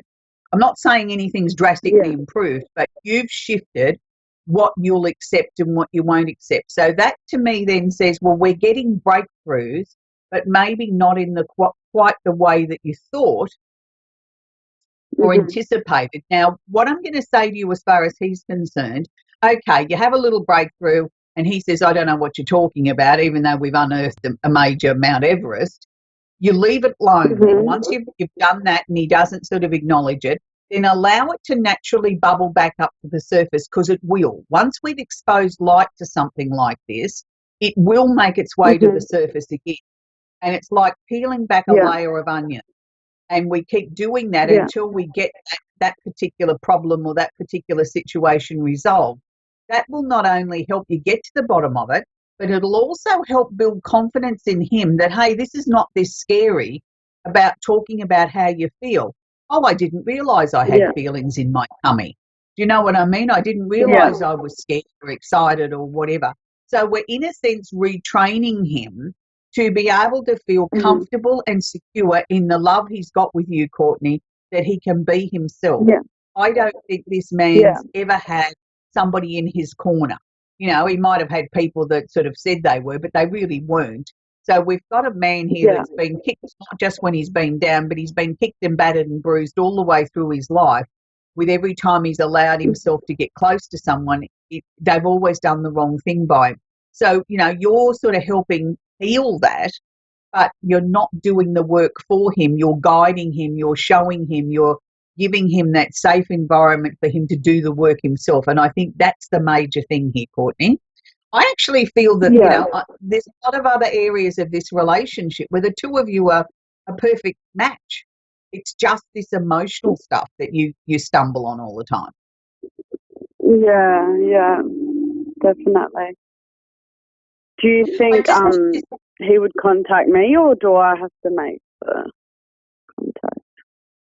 Look, I think you're going to have to be the one that contacts him, because I think he's lacking in confidence in reaching out to you again, because what if she says no? Do you know what I mean? He couldn't deal with that sort of rejection. So was there an illness or something around him last year? Was there a physical illness? Mental illness, but not physical. Okay, but did that affect something on the physical? Did he sort of have to change his work hours or something like that? Yeah, he was struggling to like go out and do stuff, and Right, okay. Because to me, that's still sort of, he's still in that space, sweetie. So I would certainly reach out to him. Anyway, Courtney, that's where I've got to leave. I've got to head across to Sonia in Melbourne now, but I'll keep you in my prayers, sweetie. Are you there, Sonia? How are you this morning? Hello, Sonia. How's the weather in Melbourne? Hello, how are you? Hi, Sonia. How can I help you this morning? Hello, Sonia. Do you have a question for me, sweetie? Yeah, there's a guy I'm in love with, and I've just it's been bothering me for a while, and I've just been wondering if you can let me know how he feels about me. Okay. All right. The gentleman in question, I think, is very shy. It's not that he doesn't find you attractive, and it's not that he doesn't feel comfortable being, in your energy, or sort of, he smiles when I ask him about you, but I think he's a very, very shy man who I don't think's had a lot of, shall we say, a lot of girlfriends in his life. You know what I mean? Like he feels very inadequate when it comes to that. So where did you meet him, sweetie? I've known him all my life, and his name's Andy, and he's had an ex-wife, and he has had a lot of girlfriends. Yeah, but he still strikes me as being quite shy. I mean, he might have had a lot of girlfriends or had a lot of girls in his life, and he might have been married, but he still seems to be shy when it comes to being sort of asking someone out or, reaching out. Maybe he's shy with you because he's known you for so long that he sort of doesn't want to make a fool of himself. But do you feel that he's interested in me, or? I do, but I just don't think it's the right time at this moment. I don't think anything's going to really manifest there till about August or September. So has there been some changes around him in this last couple of months? Did he just move home or something like that? Because I keep seeing changes of residence around him. Yeah, there is a lot of changes around him. Yeah, and I feel those have to he's a really settle good down, guy. Sonia, Yeah, before he'll reach out to you, sweetie. What's that? Those changes that are in his life at the moment, he needs to get those sorted out before he'll reach out to you, as in sort of like, let's go on a date or something like that. He's got stuff there from the past he's got to sort out. There's some legal situations there too. So is there something to do with the ex-wife that he's still got to sort through? Mm-hmm. So all of that's got to be out of the road before he'll make his make advances towards you. But I know he feels comfortable with you, Sonia. He does. Yeah, he does. I don't know that I'd put love in the same sentence, but I know he feels comfortable with you. Every time I ask him about you, he's got a lovely smile on his face. And yeah, it's not that he doesn't find you attractive. I think he does, but I think he's just sort of making sure that he hasn't misinterpreted the situation because he's known you so long that, you know, he's got to make sure that you really do, you know, have twinkly eyes towards him, not just your friends. Yeah, I know what you're saying. And like, we had a really strong connection 2 years ago. Right. And it was a really strong connection. Like, I can't explain it, but it was really strong. And I thought he loved me then a lot. And we sort of got serious together because we used to joke and laugh and everything together. And then we got serious at the same time. So we did have a strong connection. So do you think things will manifest in the future? I do. And what happened 2 years ago? Was there some sort of problem there with the ex-wife? Did she rear her head again and sort of upset things between the two of you? She doesn't know about us. No, but she seemed to be sort of putting pressure on him. Yeah, but she seemed to be putting pressure on him for, I don't know, sorting stuff out or something. That's one of the reasons why I think he pulled away from you a bit, sweetie. Okay. But I do feel he's on his way back, and I do think things will get a lot stronger from about August, September onwards, Sonia. You feel we will be together? I do, but there's not a great deal of communication before August or September, sweetie. So that's where we're going to need to leave it. We've only got seconds left of the show. So I'd like to thank everybody for joining us again here on A1R Psychic Radio, here on Moonstruck TV. You can always go to my page on Facebook called Amanda Hall Psychic Shows and catch up on previous episodes. This is show 166, so I hope you have an absolutely amazing week. And don't forget to send lots of love and healing to everybody around the world this week. We all need it. We all need to sort of have some positive, I think, sparkly sort of energy in our lives. So until next week, bye for now.